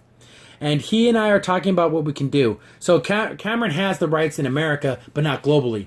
So again, like we all know, China saves every movie. Oh, practically. It doesn't matter how terrible your movie is, as long as it's an action movie, China will save it. Well, the Warcraft made money. Yeah, because their mindset is how our mindset was in the 70s with Jaws. Like, oh, this is a big action, explosions, bang, bang, we want to watch it. You know, boom, boom, bang, bang. That's what they like, so basically. And James Cameron, quote, right now we are leaning towards doing a 3-film arc and reinventing it. So I'm wondering if they're going to throw away Genesis and all that. They might. Or start all over. Do you start all over with the Sarah Connor and Kyle Reese being sent back? And but after Kyle Reese, I mean, this is all spoilers, so we're going to put this in the headlines. Have you ever seen Terminator, the original Terminator yet? But again, can I like Kyle Reese after he's the bad guy in the last movie? I don't know. I just wish they would have picked a different actor for him because he didn't look cool enough. He looked kind of like a librarian. But that's cool that we're going to get the original creator coming back and redoing his series. And it's good to see James Conn away from Avatar. Please, do something good. Do something with Battle Angel already. Yeah. But that's cool that he wants to do something more with it. So he cares about it. Yeah, and exactly. Or Robotech at this point. I think he has the rights to that too. And if he wants to do a reboot, I mean, no better person to do it than the original guy. Yeah. I mean, he's going to probably at least take care, you know. So that's cool. Again, no, nothing. This is literally the seeds of something. Yeah. Who knows? No, him and that other guy don't get along, and nothing comes of it. Because he's not going to make a movie that can only show in America. No, he's going to. That's so weird that two people can literally own the same thing. But because every different country has different copyright laws. So weird. But again, like I said, the thing with Japanese audience, that's how we were. See, it's going to take about 10 to 15 years. And they're going to catch up to our level of wanting to watch because they've seen these movies before. They're like, okay, I want to see something different. Yeah. So they have another 15 more years, Hollywood, and you're going to have to get your act together. So that's cool. I like the Terminator films. I thought they're cool. It's probably some of the best dystopian feature. Oh, yeah. Sci-fi it's up there. It's up there. Because of the idea of a relentless killing robot that's coming after you. That's a scary thought. Yeah, exactly. And they take over the world, Yeah, and it plays on our sense of, our fear of, like, what if technology gets too powerful? What if technology says, oh, you're the parasite on the planet? You're ruining the planet. Oh, I'm here to protect the Earth. And, like, hey, wait a minute. If I get rid of the humans, that's the best protection. Yeah, exactly. Then you protect you from yourself. You get Al Gore the robot. But exactly. So and it's the scary fact that, the Terminator's going around and it's literally technology is killing you. Literally. And it's cold, it's calculating, unfeeling, literally everything that's bad about technology because it just makes a decision, oh, that's wrong, so I'm going to take care of it. Exactly. Because it's literally the most rational thought. But again, you got to have emotions and feelings, and robots don't have those things. Exactly. Like in part 2. That I felt so bad for that scientist guy that was making that technology. He's like, oh, what if we have a plane that will never crash? Cyberdyne. Yeah, and he's like, we'll never have planes that crash. We'll never have cars that will get in an accident. People will always be safe. And it's like, you have the right idea, but it's sad. It's sad, but I'm glad it's coming back. Or at least at the beginning. It's so funny. Yes. Since literally 15 years ago, we wouldn't have known any of this. No. See, we get literally on the ground floor of a lot of things, and then we build ourselves up, and then realize these things are like 10 years away. Oh, yeah. See, that's the only bad thing, because if he's still talking rights and stuff, we're not going to see this for 5 or 6 years at least. For sure. But it will be a cool trailer to see. Yeah, it would be cool. It would be cool to see James Cameron's Terminator back. Again, like I said, I think the only dystopian feature that would kind of parallel that I like a lot, I like Blade Runner. Mm-hmm. Oh yeah, that kind of mold. That style is great. Yeah, everything. It's always raining. Yeah, I love that. I love that though. It's always raining. I want an umbrella, and I want like the light in the middle. Yeah. I want that. I was glowing the dark umbrella. I want that. And it's also thinking too. Speaking of another, going to another film, the Dark Tower had a trailer, but this trailer is different. It's a trailer where it's showing you. Anyone who knows anything about Stephen King, you may think all his books are different. They're actually all connected. Yes. And the Dark Tower is literally the pillar that connects everything, because there's the alternate universes and different worlds and realities, and all of it connects to the Dark Tower. So in this trailer, you see a Pennywise carnival sign. Like, what the heck? It the clown? What does that do? Then you see a hotel up on the thing. It's like, oh, that's the Outlook Hotel from The Shining. Yes. Then you see the book Misery sitting on the thing. Like, holy crap! All these was literally in the crazy mind of Stephen King. All these things are connected. And the Dark Tower connects all. Yeah, the Dark Tower is the thing that connects them, and that's what the evil wants to destroy, so he can go into the other realities. Yeah. So could you imagine there's a very I know we talked about this a little bit before with it, where he's like an intergalactic thing. He came from outer space. I don't know if they're going to talk about this, but if they're going to connect it to the Dark Tower, you have to realize that it was the spider. No, he's this. It was a entity that existed in the darkness. He could see it in the future. He saw Earth.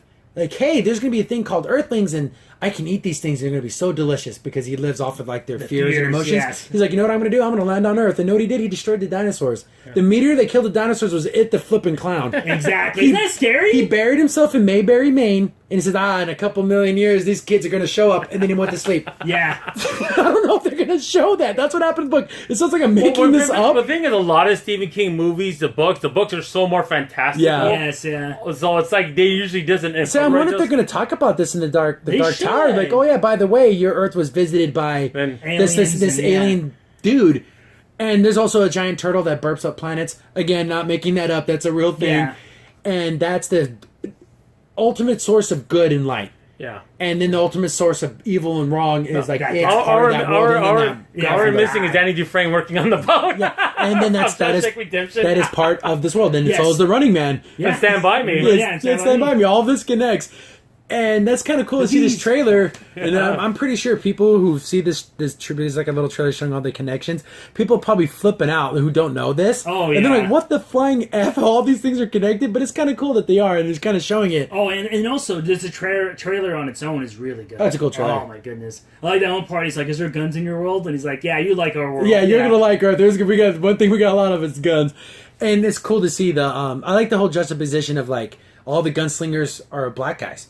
And how they were like the pillars of greatness, and everyone looked towards these guys as the heroes, and then kind of showing you that in our world, and it's different, and it's cool. Yeah. Guys. And like we said before, subtle. Yeah. I don't mind if it's subtle, and that's being subtle. It's not being, in your face. Hammering it over your head, but it's definitely. But again, my worry about the Dark Tower is this book is literally. I think it's humongous. I don't know if they're gonna be able to fit. It's a very complex story. Hopefully, it's a trilogy. If the first movie does well, hopefully. And I think Matthew McConaughey plays a really good creepy guy in a suit where he's like, I don't trust this dude. He looks like a bad dude, and he's literally a bad mofo. He's like the devil, basically. Yeah. He's evil incarnate, and he wants to just destroy any source of light.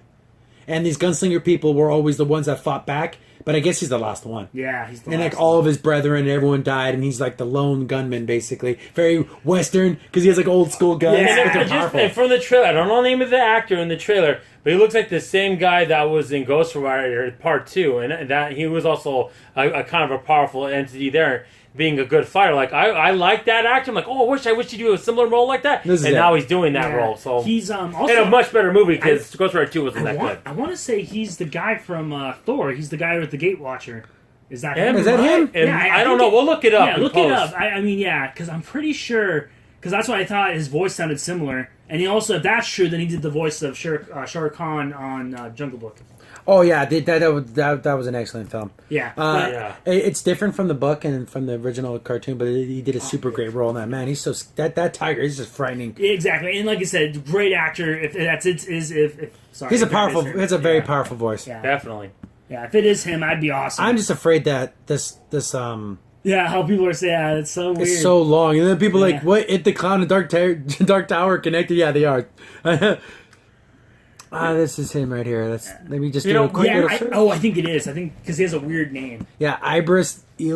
I can't say it. I'm so sorry. Yeah, it's kind of a hard name to say. I want to say he has. Let's see here. Thor Ragnarok. Yeah, he was. Yeah, I called it. Down between his Molly's game. Yeah, he did. He also was Shere Khan. So yeah, he's a cool dude. Hey, when it comes to like cool dudes, he's like the new Keith David. He's a cool, powerful voice. Great role for him.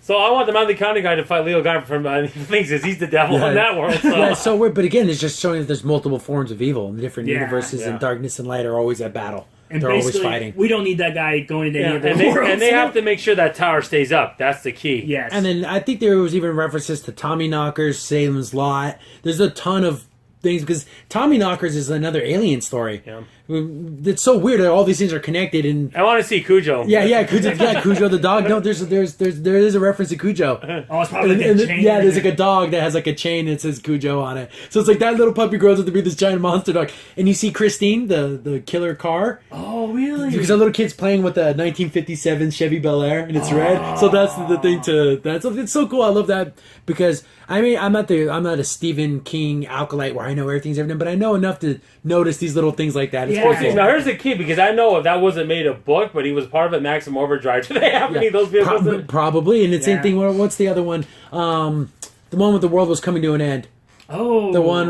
It's not, I know you're talking about The Stand. Was it The Stand? Yeah. So that's another one where it's like the end of the world type thing, where it's like good versus evil in the final battle. The devil picks his people, the God picks his people, and they fight it out. So all this is connected. So is Creepshow part of it too? No, right, I was thinking Creepshow, but I doubt it because I don't think that's part of it. That would be so funny. all I want to hear so when is the meteor hits, crap. the meteor thing comes down. See, I wonder if they're going to explain that it was a meteor that came from outer space. That would be awesome. I mean, but it's so fantastical. So I know. It'd be one. Also, how would they figure it out? Like, I know. He's gonna have some weird. And then there's the one where the time people. Remember that one? Yeah, there's so many years. There's so many Stephen King stuff. Oh, the Lang of Years is a cool one. Yeah. And then what was it? Bullet to Ride, or what was that? Yeah. That's I think that's what it was called. What's called? Yeah, Ride the Bullet or something like that. That's the one where it was either he was gonna die or his mom. Yeah, and I think it's what. Yeah, and he had to choose. So it's super cool that these things are connected, and it seems that we're in the age of connected universes. We got first Marvel did it. DC's trying to do it. The Stephen King multiverse is trying to be a thing. Yeah. King Kong's doing it. Yeah, with Godzilla. I know Universal wants to do it with their movie monsters. I don't think they're going to be successful. And Hasbro wants to do it with their G.I. Joe characters. So we're getting a lot of connected universes. The only problem when everyone's doing it, the master is Marvel MCU. That is literally the first people to do it. And my goodness, it is the shining crown jewel of connected universes. Yeah. And everyone else is kind of not doing it as good. I think outside of Marvel, I think the DC TV shows is probably the next best connected universes. And even then, they use alternate realities to solve a lot of problems. Different Earths. Yeah. Yeah, and what's cool about this one, though, is because Stephen King has always said that all his books are the same, like in the same universe. Yeah. So that's kind of cool that he's bringing it, like, hey, I was like one of the first that, actually had a multi-connection. And literally the most weirdest, crazy stories. We got sci-fi stories, we got stories about guys going to jail wrongfully. Nothing fantastical. Then you have a story about a killer clown from outer space who killed the dinosaurs who wants to eat human beings. Exactly. And then we have a car that wants to, that's in love with the guy so much. Yeah. Did he also did that one terrible, I think, book movie where they turn into their cat people? Oh, yeah. Oh, cats. Yeah. No. Oh, what was it? It's it's not a good movie. Sleepwalkers? Sleepwalkers. Is that what it's called? And Pet Cemetery has to be in it. Yeah, that's probably another cliche. That's why I see the Wendigo. They show it for 1 second in the movie, but that's to show all these crazy things. And again, Maine. Don't go to Maine if you live in the Stephen King world. You see Maine, you turn the other way, and you keep trying. Here's the thing. Well, we already talked about the late John Romero, I think, in a previous podcast. But he's the king of Pittsburgh, and that's like Pennsylvania. Okay, if you think about movies in the geekdom world, whatever, geek horror, that's fine. But Stephen King took Maine, that little state, and played all this by himself in one state. And there's leading into, we were talking a lot about Stephen King stuff, the new It trailer. Man, that trailer was terrifying. Oh, yeah. I don't know if I'm going to go see it. I don't like clowns. Normally I play videos sometimes in our podcast. I'm not going to play this one because it's just like with Texas Chainsaw Massacre. I think it's too scary. Yeah. I'm not, because again, I kind of want to keep the show PG-13 for the most part. And it's pretty creepy. And the movie is rated R, and man, that clown is a scary looking dude. I don't think we can even show pictures. Yeah, maybe pictures of the kids. Yeah, maybe. like I'm not gonna show any. Like the clown, he's a scary dude. He's down in the sewer. I mean, literally, for me personally, we grew up with the original miniseries. I am to this day a full-grown man. I am afraid of those little inlets. Yeah, I don't walk near them because I remember hit the clown down there. He's gonna grab you. He's gonna kill you. It was so creepy. It's still scary to this day. It literally imprinted into my brain. You see the storm drain. I walk around it. Yeah. I don't go anywhere near it. Even though it wasn't my era in time, that's why I feel like sometimes when I take a shower in Psycho. Even though I was old, I wasn't born in the 60s when that came out. Seeing it as a kid, you're like, oh, I don't want to shower. That's why. Because when you wash your hair, you close your eyes and you're vulnerable because you're naked. Yeah. And the clown just personified just scary clowns. Yeah, your inner fears, and he knows it better than anyone. It's really creepy. Ugh. I think the trailer really encompassed the creepiness of it, and you do hear it talk. Yes. And he's talking to the boy because when he has the thing was in the storm drain, he's like, "Oh, just take it." Yeah. And it's like, "Oh, we all know what's gonna happen." It's like, "Oh, this guy's so terrible," and then he's literally the most evil, horrible, terrible person because he can use like illusions and he knows all your fears and he preys on the fears because a lot of people would argue, why didn't you just kill the kids? Well, it's like marinating the meat. He wants you to go crazy. Yes. He wants you to literally freak out. Like a Freddy Krueger. And then when you're at the top of your nuts craziness, then he'll devour you because it makes you more delicious. Exactly. So that's why he's not a regular killer where he kills people. He literally loves to eat you after you've gone This nuts. is the movie saying, okay, originally it wasn't scary. Now we're going to give you a scary because you guys were complaining it wasn't scary. Yeah. The miniseries Yeah, this dude. on ABC. It's almost like like you said, he likes you to go so crazy. It's like the poison, and then he can just eat you afterwards. Because I think that's even the quote in the book. It's like, he says like sweet salting the meat. I Yeah. think is the term he uses. And it's so creepy. I mean, because some of the stuff he does, like blood all over the sink and stuff, is like, oh, because gosh. like in the trailer, you see the boy who got pulled into the thing and he died, the storm drain. That is the little brother of one of the characters, and he like uses the little brother as like an illusion. It's like, oh, come save me, brother. You weren't there for me. Yeah. I mean, could you imagine actually really seeing that as a boy, like 13-year-old boy? Make you go freaking nuts. Exactly. Could you blame yourself for your brother's death? Oh yeah, and there's that one scene at the end of the movie where it's that little boat that takes where it was, and it's like, dude, that part would have got me so emotional. I know he's older now, but I would have loved to see Tim Curry reprise the role of Pennywise. He needs to be in the movie somehow. Yeah, I know he's older and he couldn't. Wouldn't it be great though if there's like a carnival or something and he plays like a clown and it's like the original makeup and then they think it's it and it's not, it's just some guy as a clown. That would be That'd be so funny. That needs to be in the movie just to pay homage. Show me that homage. I don't want to see anything else. It's too scary. I'm not going to probably go see it. There's a scene in the trailer where they're down in the sewer and then you see like a collection of like old clown stuff. That's so creepy. I'm sorry, that is so scary. If you told me, okay, you have a contest, you have to walk to this room, touch the wall, and walk back, I'd be like, oh god, I don't want to do this. Yeah, exactly. Too creepy, man. Oh man, and I think the redesign pretty creepy. He's a scary redesign for the clown, the way he looks. Yeah, it's very basic, but yet still really freaking creepy, man. Ugh. So, and that comes out in September. Yes. And I'm probably will go see it. I'll probably see it in the morning. Let's go see it and I can scare myself. Because a lot of me is, when I was a kid, I watched the original, and it was so frightening as a kid. So I'm again like, well, I get that feeling of being I'm seeing this stuff. Okay. All right, is it early September? Yeah, I think so. And go see that. I'll go see the Inhumans. Okay, Yeah. I'll take you with me. I'll go see the Inhumans. You go see that. But Paul will know. We'll swap tickets and then we'll lock the doors. I'll know legit. I'm not going to go see that. But I think it looks great. I think, again, like I've said this last couple of podcasts, we're kind of like in a renaissance of horror films. Oh, yes. Where we're starting to go, you know what, guys, let's be scary. Let's not be pop culture referencing. Let's not be silly. Let's not... Or super gory. Yeah, we're getting back to the roots of horror. The slasher of the 80s film, which I love. Because we got the new Chucky film. We have Leatherface. Yeah. We have It. Mm-hmm. What was those are the three big ones that I can pull top of my head, but those are heavy hitters. Those are huge. Yeah. Well, I know they've been making Hellraiser, but they're straight to DVD now, so they're not quite the same. They don't want to. But those are like we're starting to get those films back again, where we're starting like, you know what, guys, we're gonna do something scary. Yeah. That's cool. It's only a matter of time we get another Friday the 13th, and hopefully they fix those, especially Friday the 13th, Halloween, maybe another Elm Street. Yeah. I just hope they make the new Elm Street better than the last new one, but we'll see. Yeah, hopefully. But that pretty much, I can't really think of anything else that came out of Comic-Con. I'm trying to think any other movie-wise or TV-wise. I'm pretty sure we covered pretty much everything there. Well, everything that was important. I mean, I'm sure there's other more minor things. There's video game stuff I want to talk about. There's only a couple of video game things. I guess people were complaining about the way Chun-Li looks in Marvel vs. Capcom Infinite. Literally to the point to where Capcom went on Twitter and said, we're fixing it.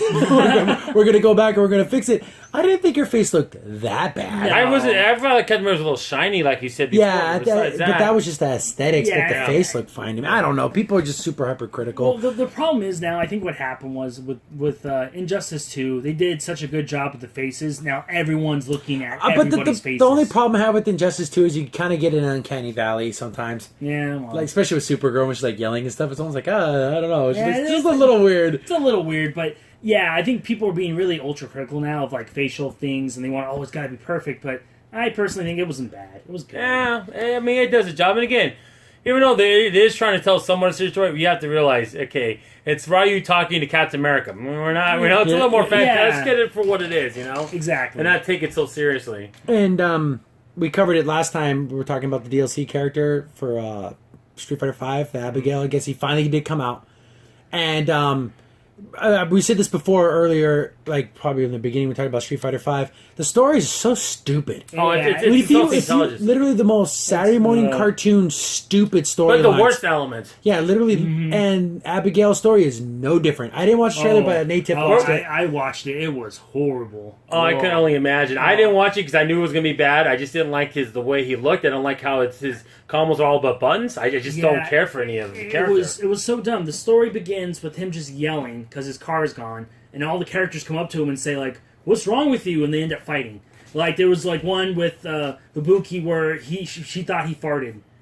And, like, she's like, oh, you farted, that's gross, and they start fighting. And then there's, like, one with the Zangief, and he's like, oh, you have no manners. And it's, like, literally goes on like this, and then he fights Juri, and Juri, he calls her flat. And again, and we all know Juri in this thing, literally, she's, like, super mega sexy in this game. And she takes offense to that, saying she's really curvy, and I'm like, I don't want my characters talking like isn't this. Juri, like, 16, 17, as I recall? Like, very young. That's, I don't know, guys. It's a little weird to me. I don't know about all that. Yeah, it was so... It's just the story. It's I get it. Were they trying to go for that? Look how funny and silly this story is. But it's like, and Bison's such a cool guy that he lives in this world with all these freaking idiots. Exactly. He runs this terrorist organization. Yeah, Shaolin, and he has people on his team that leave his army because they didn't have enough food.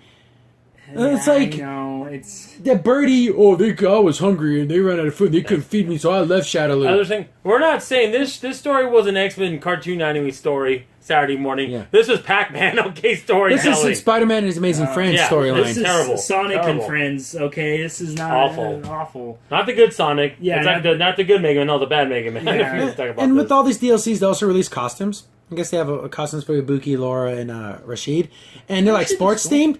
Rashid looks cool. Oh wow! At least she's the one for Laura. At least she's wearing all her clothes, and the one for Ibiki, she basically why isn't it a nude skin?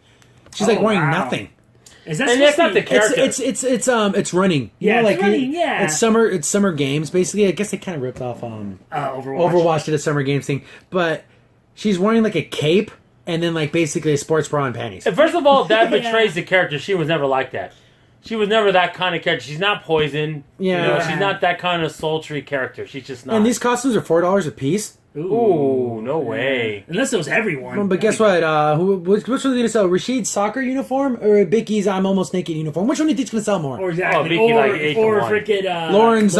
She's wearing like a soccer uniform, but it's like skin tight. Like, how's that even possible? Yeah, exactly. Yeah, it would just bust. But and again, I remember on Street Fighter 4 when you bought costumes, it was $400, but you got a pack for like 4 or 5 characters. Yeah. Okay, so it's $1 costume. They're costumes, guys. They shouldn't cost that much. I'm sorry, they're just a skin. It's just on the PC version, they can make a costume wear anything they want. Exactly. So there you go, guys. You're getting ripped off there. I mean, I'm sorry. Yeah, I think it's kind of funny that they are still doing costumes. Yeah, if you get it for the PC, you can just make whatever you want. There's tons. And again, that just gets me. I know I have said this before, but I just wish this was on Xbox One because I want to really play it. But oh yeah, what am I gonna do?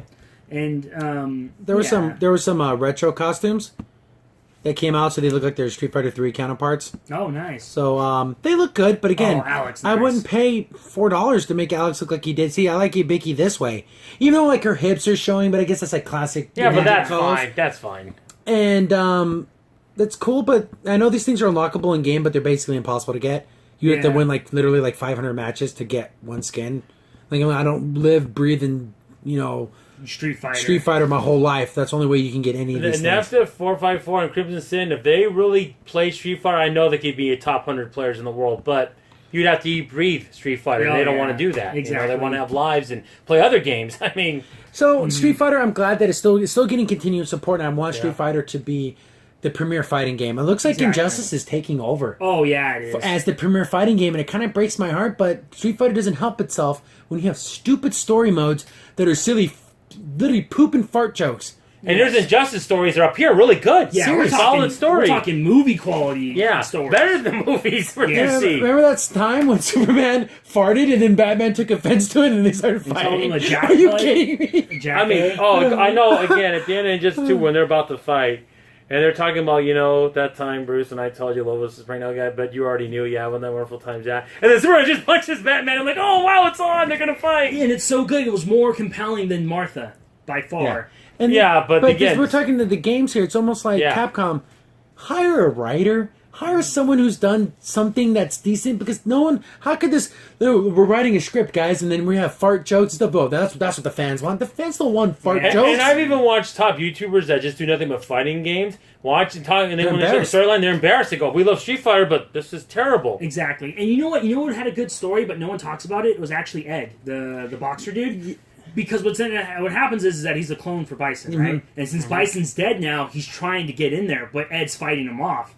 Yeah. And so he has like the Shadow Lu symbol on him and stuff. And so what he does is he leaves Balrog because he's like, I need to get strength on my own so I can defeat this. So he becomes a mixture. He has Bison's powers, but he fights like Balrog. But it's cool. It's like that's something that you can see that makes sense in the world. Exactly, and it's kind of cool showing his his progression, because that's why he's looking a little bit more like Bison. Yeah, because he's getting some of that Bison evil. Yeah, and he's trying to fight it, and he's trying to make his own group now of like New Shadow Lu, I guess, or Neo Shadow Lu, which very weird Nazi. I almost wish you either do what you were just saying or do it like they did with the previous ones. Each one has an individual story. Then, because that was fine. Those they try to connect all the stories, and again, but they don't know what they're doing, so don't do that anymore because you don't know what. And I guess the common thread that connects all the stories is farting. Apparently, yes, exactly. that's the common thread in Capcom games. All farts. That's exactly. And then Marvel's Captain Infinity, Thor, and then they're farting. And then the Blanca. I don't know. I haven't played Fight that much, but the one that's the equivalent you were talking about. Lauren. Versus Lauren.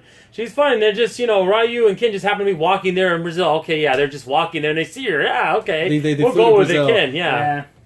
Oh well, it's sad. I mean, like I said, there's good stories that are in there, with some of the characters, and they're just not talked about. Just watch the first Street Fighter anime movie. You want to see a good story? That's excellent. Yeah. Excellent. It's what you want. And you want to see Chun-Li's boobies? That's in there too. Well, yeah, but that's not actually that Chun-Li Vega fight. I put in the top 5 best anime fights of all time. It was but basically, Chun-Li isn't in bra and panties the whole time, but you're not even thinking about that because it's such a good fight. Oh yeah, and it's kind of creepy a little bit too. Yeah, because he's like a stalker, and they're playing like that '90s music, and you're like, take it to me. You're like, oh yeah. The thing about Vega is he's a masochist. Yeah, they really comes out in this one. He is a predator. Mm-hmm. He's basically like a sexual predator. Yeah, you could almost say Hannibal Lecter. Almost. Yeah, he's in that realm of cutting people. Yeah, and he's a weirdo, and that comes off thinking. I'm glad that she's gonna show that because you see Vega. He's like a ladies' man. No, he's a psychopath. Yeah, that's why he joins a terrorist group.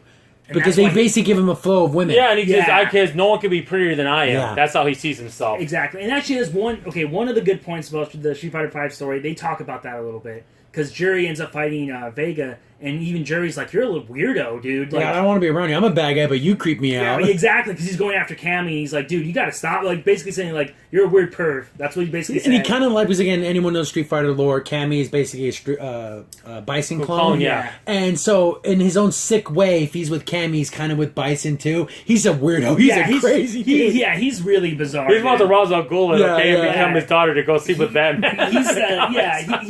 Vega's the kind of type that he would see you and say he saw a beautiful woman, and he's like, "Oh, your skin's so perfect. I need to cut your face." That's what I said. That's Hannibal Lecter. You're too perfect. Yeah, you're more perfect than me. But don't ever mess up his face, or that's the end of it, man. He's gonna come after you. Yeah. But when does he start farting? Is that the exactly? And speaking of that, actually Vega fights Abigail in this story too. So because he's too beautiful, right? No, I think the exact opposite. He has no manners. Even though we're doing this podcast pretty late, I think I might have to watch Street Fighter anime movie because it's such a good movie, especially the fight scenes. But again, I'm glad more DLC is always a good thing for fighting games because the one thing about fighting games, they got to be fresh. Mm-hmm. And you didn't get that with like the Super Nintendo days when we grew up with Street Fighter. They would come out with Turbo Edition stuff, but there was no way to update the game. Yeah. Now it's good, but Capcom, man, Abigail, that's not what we wanted. Yeah. Not only did we not want Abigail, we didn't want this fart joke storyline. Not only that, you have all these old characters you can bring back. Where's Dudley? I mean, where's give me Q. Yes, probably Q would have been good. Sheen, he never gets anything from Street Fighter. Yeah, he's Lauren's little brother. Yeah, he never comes in. Yeah, to anything. He's in the story, like in some of the cutscenes, but you don't see him because you're looking at Lauren's boobs the whole time because they're basically on display. I know, and it's so like, you don't have to bring back Gil. He's a little out there, but But it's all leading up to Gil, though. Oh, yeah, it is, everything leads up to Gil because Street Fighter 3 is the end. Yes, is the end of everything. And literally the furthest in the storyline timeline of Street Fighter 3 is the end. And 5 is before this. Yeah, okay. right. It's right after 4, but before 3. It's so weird. Yeah, it's like it goes 1, 2, then I think it goes like 4, then 5, then 3. That's more complicated Metal Gear, and there did 1. Yeah. They all And this go is all a over the fighting place. game. It's a fighting game, yeah. But again, I don't mind costumes stuff like that as long as pay to play. You can get stuff. It doesn't give you any abilities. It just is a costume. Yeah. And personal for me, they showed a new trailer for I like cartoons. I always talk about cartoons. Steven Universe probably one of my top 10 cartoons. And the fandom ruins everything. But if you just watch the show and enjoy it for the show, don't go on message boards. They had a game that came out for the cell phone called Attack the Light, and it was a fun little RPG. I guess they're getting a console sequel. And it's done very Paper Mario type graphics. And it's actually coming to Xbox One because I'm totally going to buy this game because I thought it was going to only be PlayStation only. Actually coming to Xbox One. It has full voice acting. They have all the characters. And it's like a turn-based combat. And it looks really fun. And the world, you walk around Beach City and everything. And it's like, cool, this is what I want from Steven Universe. I want these kinds of things where you actually saw... It started as a cell phone game. It got so popular, like, hey, we can do a full console release. Exactly. So I'm glad when this comes out, as long as it's not like... $30 or something crazy. If it's like under $20, I'll probably get it as soon as it comes out. Yeah, and it looks fine. Like I said, Paper Mario-esque, and that's always fun. That's been a great series, Paper Mario. And the thing about the cell phone game is you were just stuck with the core Crystal Gems, and this one you actually can play as Greg, you can play as Connie, and you can do the fusions too, and so you can become Stefani and everything. So it's just super cool to actually see this become something more to like an actual RPG. I think I remember that because they said that Greg is going to be like your bard, right? Yeah, he plays his guitar and everything. Yeah. He's just a human, doesn't have any powers. But like music plays a big role in the first game. Yeah. And it keeps everyone like motivated and everything. And I think that's kind of a cool little... he's basically like your cleric that goes, attack up and defense up. Yeah, and, if he plays a certain song, it makes you go faster, and a different song makes you have more defense. And it harkens back to old school Final Fantasy VI type turn-based RPG. I love those. Yeah, and that's exactly what this is. Okay. Yeah. That's awesome. I think that's going to be great. All I know about Steven Universe is I like the fact that those gems in the belly buttons. I think that looks cool. It's in a different spot in every character. Oh, yeah. So, like, Pearls is in her forehead, and then Amethyst is in her chest. But it looks cool. It looks fun. It's going to be great as voice acting. And again, the thing about Steven Universe I really like is the music's really, really good. Oh, very good. I mean, Stronger Than You is probably... their best song. One of their best songs. I remember Kim Sim told me about this, but we were talking about, because I've never watched Steven Universe, but I guess an episode where he goes like to a different plane and he gets like older. Yeah. He remembers everything. Like, that's cool. Maybe he'll come back. And then he came back young again. He remembered thinking that he'll be more wiser. And then they took that away. Like, that's stupid. But. Yeah, it's so funny. It was like Steven can control his age. Yeah. It's super weird because if he feels like an old man, he'll literally become an old man. So is he immortal? It's super weird. I'm pretty sure he can be killed, but I don't think he can die of old age. Mm-hmm. Because literally that's a point in the show because he's 13, 14 years old, but he still looks like he's 10.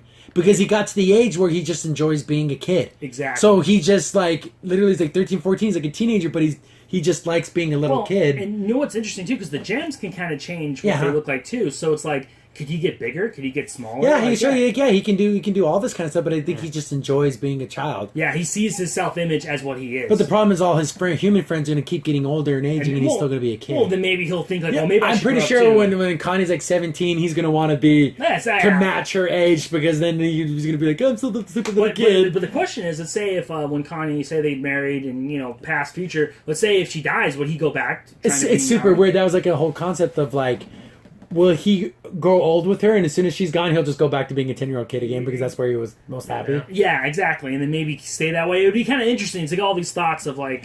see, that's the cool stuff I like to talk about. And see, that what we just talked about, I wish that's what the fandom would talk about.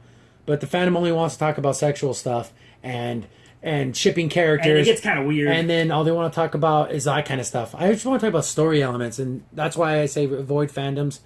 Because when you start getting deep into fandoms, you start finding all these extreme views. Yeah. Well, I know for a fact, it's not related about good fandoms, is that for the last couple of years, when me and Crimson went to Phoenix Comic Con, we've seen these groups do Steven Universe cosplays that look amazing. Oh yeah, they do a super good job. No, that's a fun. See, that's the good fandom. We want to see more of that kind of fandom. Yeah, or it's like when I go to. I'm a big fan of Gundam. Yeah, and when you go to like the story thing, is kind of political, but the best part I think is going to the actual technical side. Mm-hmm. And they talk about like, well, if you actually made a Gundam, you need this much thrust, and like the legs would have to be bigger so it can support the weight on top. I'm like, those are the kind of things I like. Like we need you to go to a Gundam panel and totally ruin it. Be that guy. That's kidding. You get those at every panel. And this model kit, this in 1982. That shut up. They came from the friggin' from the factory in Shibuya. Okay, be quiet. We don't want to hear the original Gundam when it first came out in Japan. Okay, are you starring in Ready Player One? Because that's exactly how the nerds talk in that movie. Yeah, that's exactly what we're getting back to full circle. Yeah, but I think this should be a cool game.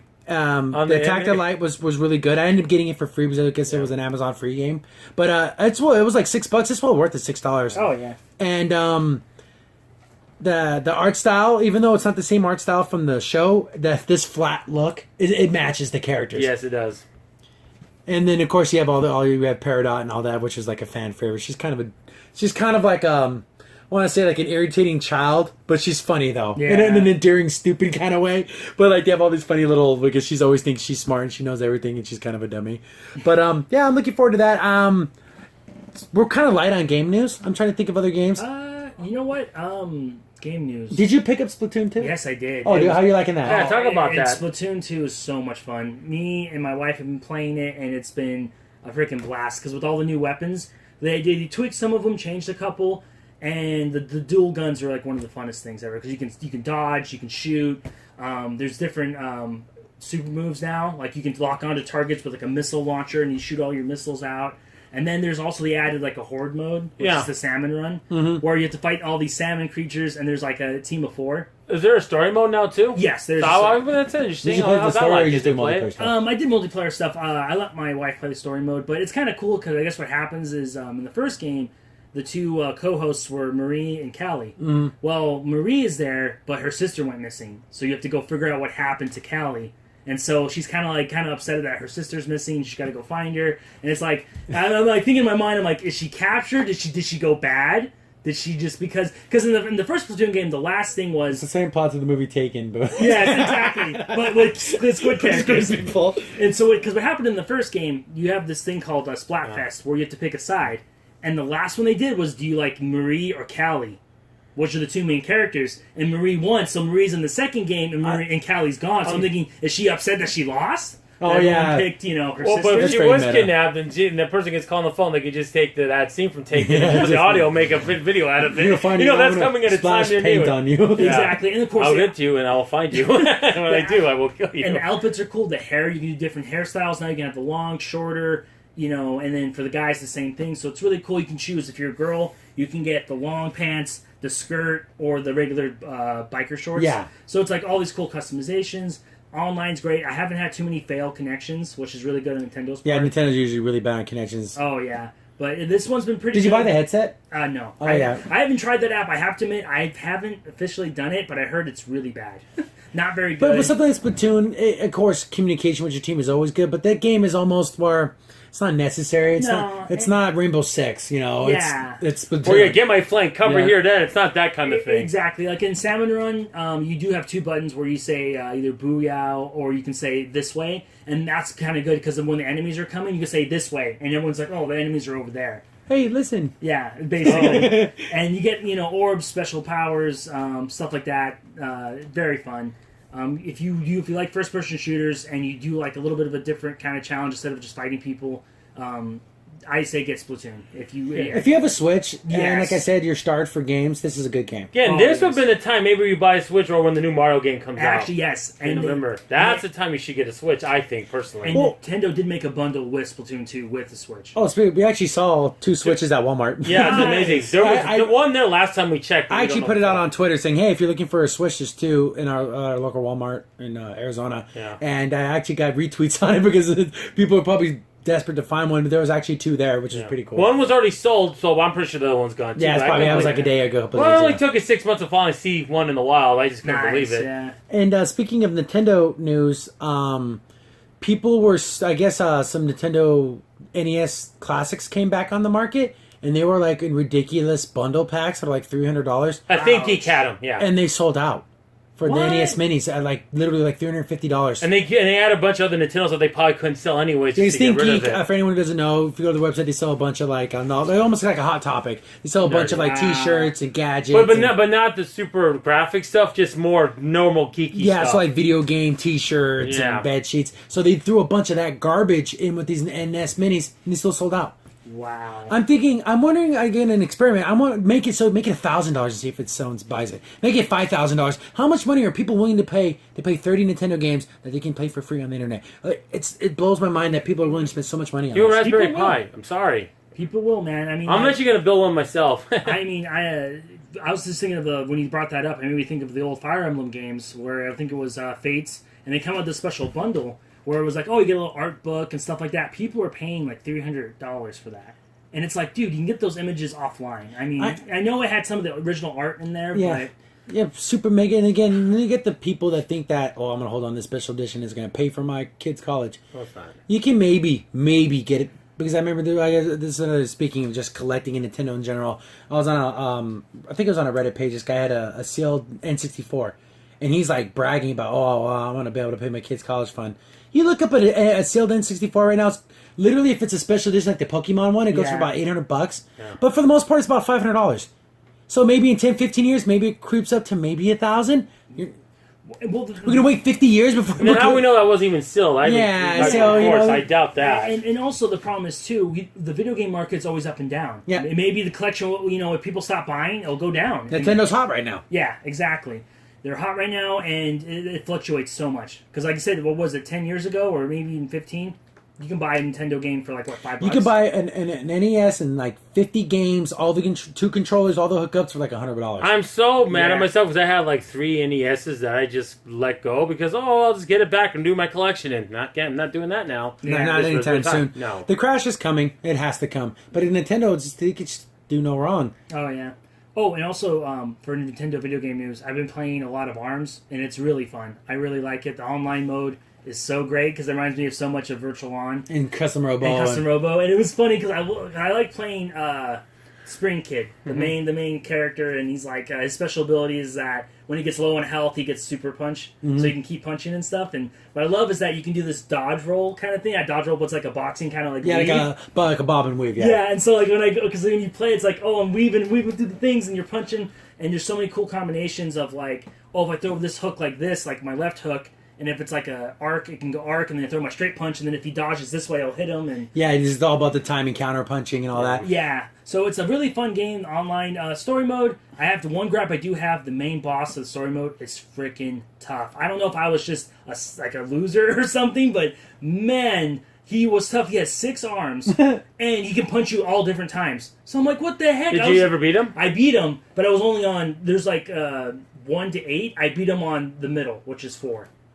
And I'm like, it is so hard. And just so you know, Native's no slouch. You beat Super Smash Brothers on the hardest setting with Mega Man without losing a single round all the way through from beginning to end. Exactly. So you're no slouch when it comes to fighting games. So when he says something's hard, it's actually hard. Yeah, again, platform games in general. This guy, Native, actually beat Mega Man with just a Mega Buster. Yeah, never none. So when he says something's difficult, he's not like, he sucks at games. No, the thing that's probably a little difficult. I tend to believe it. Yeah, and it was kind of frustrating. I don't know if there's a special technique you're supposed to use. And also, I used the original gloves. I didn't change my gloves. So maybe that would have helped. Yeah, I just played it right off the bat, And but you can customize your character, different abilities. Yeah, and you're supposed to get coins to get more gloves. But I was like, I just want to play story mode, and I learned the hard way. But it was tough. But overall, both games, Splatoon is definitely like an 8. ARMS is definitely like a 7. Good multiplayer. A lot of stuff you can do. Very fun. So stuff that'll hold you over if you have a Switch till you get to Mario Odyssey and all that. Yeah, but that's going to be this winter. Yes. Yeah. So, the only thing about Xbox games, anything that's coming out that I was playing, I don't know if I'm allowed to talk about it, but I guess I'm going to anyways. I got the beta for Path to Exile, and I didn't read the user agreement, so I don't know if I'm allowed to talk about it. But basically, it's a Diablo-type game. Top-down, you pick a character. What makes Path of Exile different, it's been on PC for a few years. You pick your character, and your skills come from little rubies that you put into your armor and stuff. but your actual skill tree is gigantic. Literally, between all the classes, over 1,000. Oh. So you can really customize your character. So there's basically like you have a wizard character, your berserker type of character. Yeah. You have a warrior character. Yeah. So you have all these basic characters, but with the way that the skill tree is, no two monks are going to be the same. Basically, or no two. But I picked the duelist. He's like a dual sword kind of guy, and I guess the whole point of the game is you did something terrible. The church exiles you to this island, and this island's full of dead people and all these things. And everyone has their own little story. Like the duelist, his whole deal is he was a duelist in the arena. Everyone loved him, but you used all your winnings for like getting women and and stuff like that. So you sinned against the church, so you had to go everything. And then like the witch girl, she's supposed to do her magic, but then she dabbled in the dark arts, and then you shunned away from God. And so like it really makes the people who banish you, even though you were doing bad things, they seem to be like bad guys too. Yeah, they make the bad, the good people the bad. Yeah, they're the church from Berserk. Okay, they're supposed to be good, but they're not all that good. Or even something even a little more recent, they're the church from Castlevania. Yeah, they're just they're very we're holier than thou, so that means that gives us the authority to treat you like garbage. Yeah. Even though you're a good fighter. Yeah, so it's kind of funny because this voice acting, so you hear like of course it's that very authoritative voice, but it was fun. I don't when I play betas, I don't play them very long because I don't want to lose all my progress because I know this is not going to carry over. But if you've ever played Diablo, this is exactly like Diablo, except for there's things that are a little bit different, like the skill system, the passive ability system is pretty cool. So I definitely, if this comes out and again it's under $30. If this is a $60 game, I'm probably not going to get it right away. But if it's like a $30 game, I'll probably pick it up. Yeah. Well, the interesting thing is that branch tree. It's humongous. It's gigantic. And the thing is, if you don't like what you do, your skills, you can go back. Yeah, you can resell your items and respec your character. Oh, cool. So that's always fun to let you do it because there's so many options. Because what if you pick, this skill, and you realize, that skill sucks? Like, you can respec it. Exactly. Or you figure out, like, there's a better combo down the line if I would have got this ability. Yeah. And another question, if you could do that, does the story go back to the beginning of the game? No. You just respec your character. Oh, jeez. Okay. If you go back to level 1, that's going to be... No. You get all those points back. Oh, yeah, you do. Yeah, you're right. Never mind. I got confused there. Yeah, you're right. And I was speaking about betas. I believe the Dragon Ball Z Fighters got pushed back. Yeah, there was beta sign up for it, and then it got pushed back. It's like, oh, man, I'm so excited for that fighting game. I mean, we talked about it before. I'm through the roof. Oh yeah, and that's what people are excited for. And that was the problem because so many people wanted to be in on this closed beta that they're like, we need to push it further back so we can get more people. They should just make it an open beta. Yeah. I mean, just get because again, it's one of those things where they want to test the mechanics and see if this character's too overpowered. Because you want to see the metrics of it, like how many times does someone pick Goku over Cell, and then if they see like a trend where everyone starts playing only one character, okay, what does this character do that's too powerful? Okay, we have to temper everyone. Like what if like everyone's playing Krillin for some weird reason, and then they're like, whoa, wasn't supposed to happen, and people like Krillin, but I don't know, as much as complaining we did about Street Fighter V in terms of story, but when it comes to characters, they know how to do fighting games and balance. The actual mechanics of the game is great, especially in the Street Fighter series. Yeah, and the funny thing is about that pushback. They're going to release the demo for that, or the closed beta, around the same time that Marvel Infinite comes out. I know, it's like, but guess what? It's like, we're gonna more people are gonna want it that demo than they're gonna want to be for Marvel versus Capcom. Yeah, and I'm like, people were like, "Ooh, was that a play?" I'm like, I think it was. I think they just purposely were like, you know what? Let's see what we can do. About it, because we're throwing the gauntlet down and we're gonna win this one. Exactly. They're like, oh man. Yeah, exactly. I totally agree with that. Yeah, so I can't wait. It's going to be fun. I hope Marvel, Infinite can handle that, but we'll see. It's going to be a good battle. Yeah. I like it. Well, it's funny. I know it's funny. If you don't know any recent games I've been playing, I played one of the Battle Battle game, Gyrus. It's a really old Konami game. Oh, yeah. But the problem with it is the controller, it's like circular, because you go in a big circle. It doesn't work right. You need that kind of... Because the original game, it had a spinner. A spinner, like a knob, type of thing. That old thing you saw on an arcade machine? that thing, like a Pong, you saw that basically. That's what you need for this game. And it's funny because they're playing classical music during the game. Like, what's this have to do with outer space? But it's fun. I've never been, and I've gotten far. I've got to probably gone to Mercury, but you have to get to Earth, and I've never been. Yeah, it's those old games where it's about just getting the high score. Exactly. Yeah. And the music kind of reminds you of a more civilized era. Yeah. Okay, why is it playing this Castlevania music and outer space? Will go with it. Because again, it's public domain. That's the real reason we can't Yeah. afford to buy any real music. But yeah, that pretty much wraps up games. I'm trying to think, like I said before, things I'm waiting for. Destiny 2 didn't impress. We talked about it last week, so I haven't even downloaded it. I didn't even download it. I'm That's not how really impressive looking. it was. I'm just bleh. Yeah, it was okay. And I guess there are all kinds of different things. You know, every single day there always seems to be a different story going on with Destiny 2 about how the weapons work, and they showed off a new like ice beam gun. Did you see that? No, it's a pre-order bonus. If you pre-order the game, you get this exotic. It's called like the Cold Heart or something. And everyone's thinking, oh, is there going to be an ice elemental? No, it's still arc damage. Oh. Even though it's a freeze gun, it does arc damage. I see. The thing is like, oh, let's add new elements. They don't add new elements. Let's add new character classes. They didn't add new character classes. Main character classes, not subclasses. Yeah, No, of and course not. it's just. God, it feels like Destiny 1.5. I'm sorry, it doesn't feel like a new game. But it's another pre-order bonus. Like, I'm sick of these pre-order bonuses. It's such corporate BS. Yeah. And of course, it's going to become available like 6 months down the line or whatever. But Or even worse ones where they have like, oh, this bonus is only if you buy it at GameStop, or this bonus you get if you pre-order it at Walmart. This one's Target. You're like, okay. But literally the worst pre-order bonus I've seen in a long time. I don't know if you saw it for Destiny 2 at one of the UK retailers. If you pre-order the game from them, you get a Destiny 2 fidget spinner. Nice. I want it. First of all, if we're trying to say that Destiny's, I'm not saying that. I don't think it was like, oh, this game's not for little kids. But when you include a fidget spinner, you're saying this game's for little kids. Yeah. No self-respecting adult who doesn't have like Asperger's or attention deficit disorder or something, you don't need to own a fidget spinner. But Crimson, I want the spinner. Yeah, I know, right? I gotta go. I need it. So there's a Destiny 2 fidget spinner floating out there somewhere that you can get your hands on. Okay, now speaking of making videos, someone's gonna make a video of that when he's gonna be like, Gollum, he's on that. But I need it. He's all Yeah, exactly. I don't want it, but I need it. I would buy a fidget spinner emote though for the game. I would buy that though. Let's see my character in Destiny spin a thing. That's his thing. Because it's so stupid, it makes it funny. It'd be funny because it'd be like, do like a video. Okay, that's the only one I'd spend any money on. It gave me $5, right? You get it. I do know.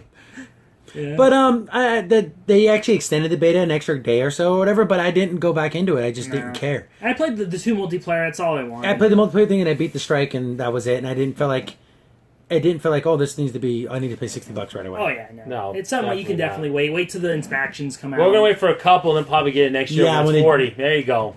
I'll So put in that. that pretty much wraps up anything video game wise. Yeah, there I don't think there's nothing else really to talk about. And anything else? I think we pretty much covered everything. And I'm sorry, another long episode, but whenever Yeah. you have Comic Cons, there's always a million things to talk about. Oh yeah, very well. So hopefully, maybe we can get back to hour-long episodes. We just eclipsed 2 hours. There were so many. There's so much stuff to talk about. But I'm good. I'm good too. Yeah, I'm pretty Anything good. of that? I'm trying to think that we're pretty good. Yeah, okay. Dunkirk came out. I wanted to see that, but again, Oh It's just- yeah. I mean, we can talk about that. That's not really nerdy, yeah, but we can... but well, if we It's go still see it, we'll cool. talk Okay. about it. I don't know if I mentioned it in a previous podcast, but when I was at Phoenix Comic Con, they had like a big van thing, 4D interactive experience. 4D experience.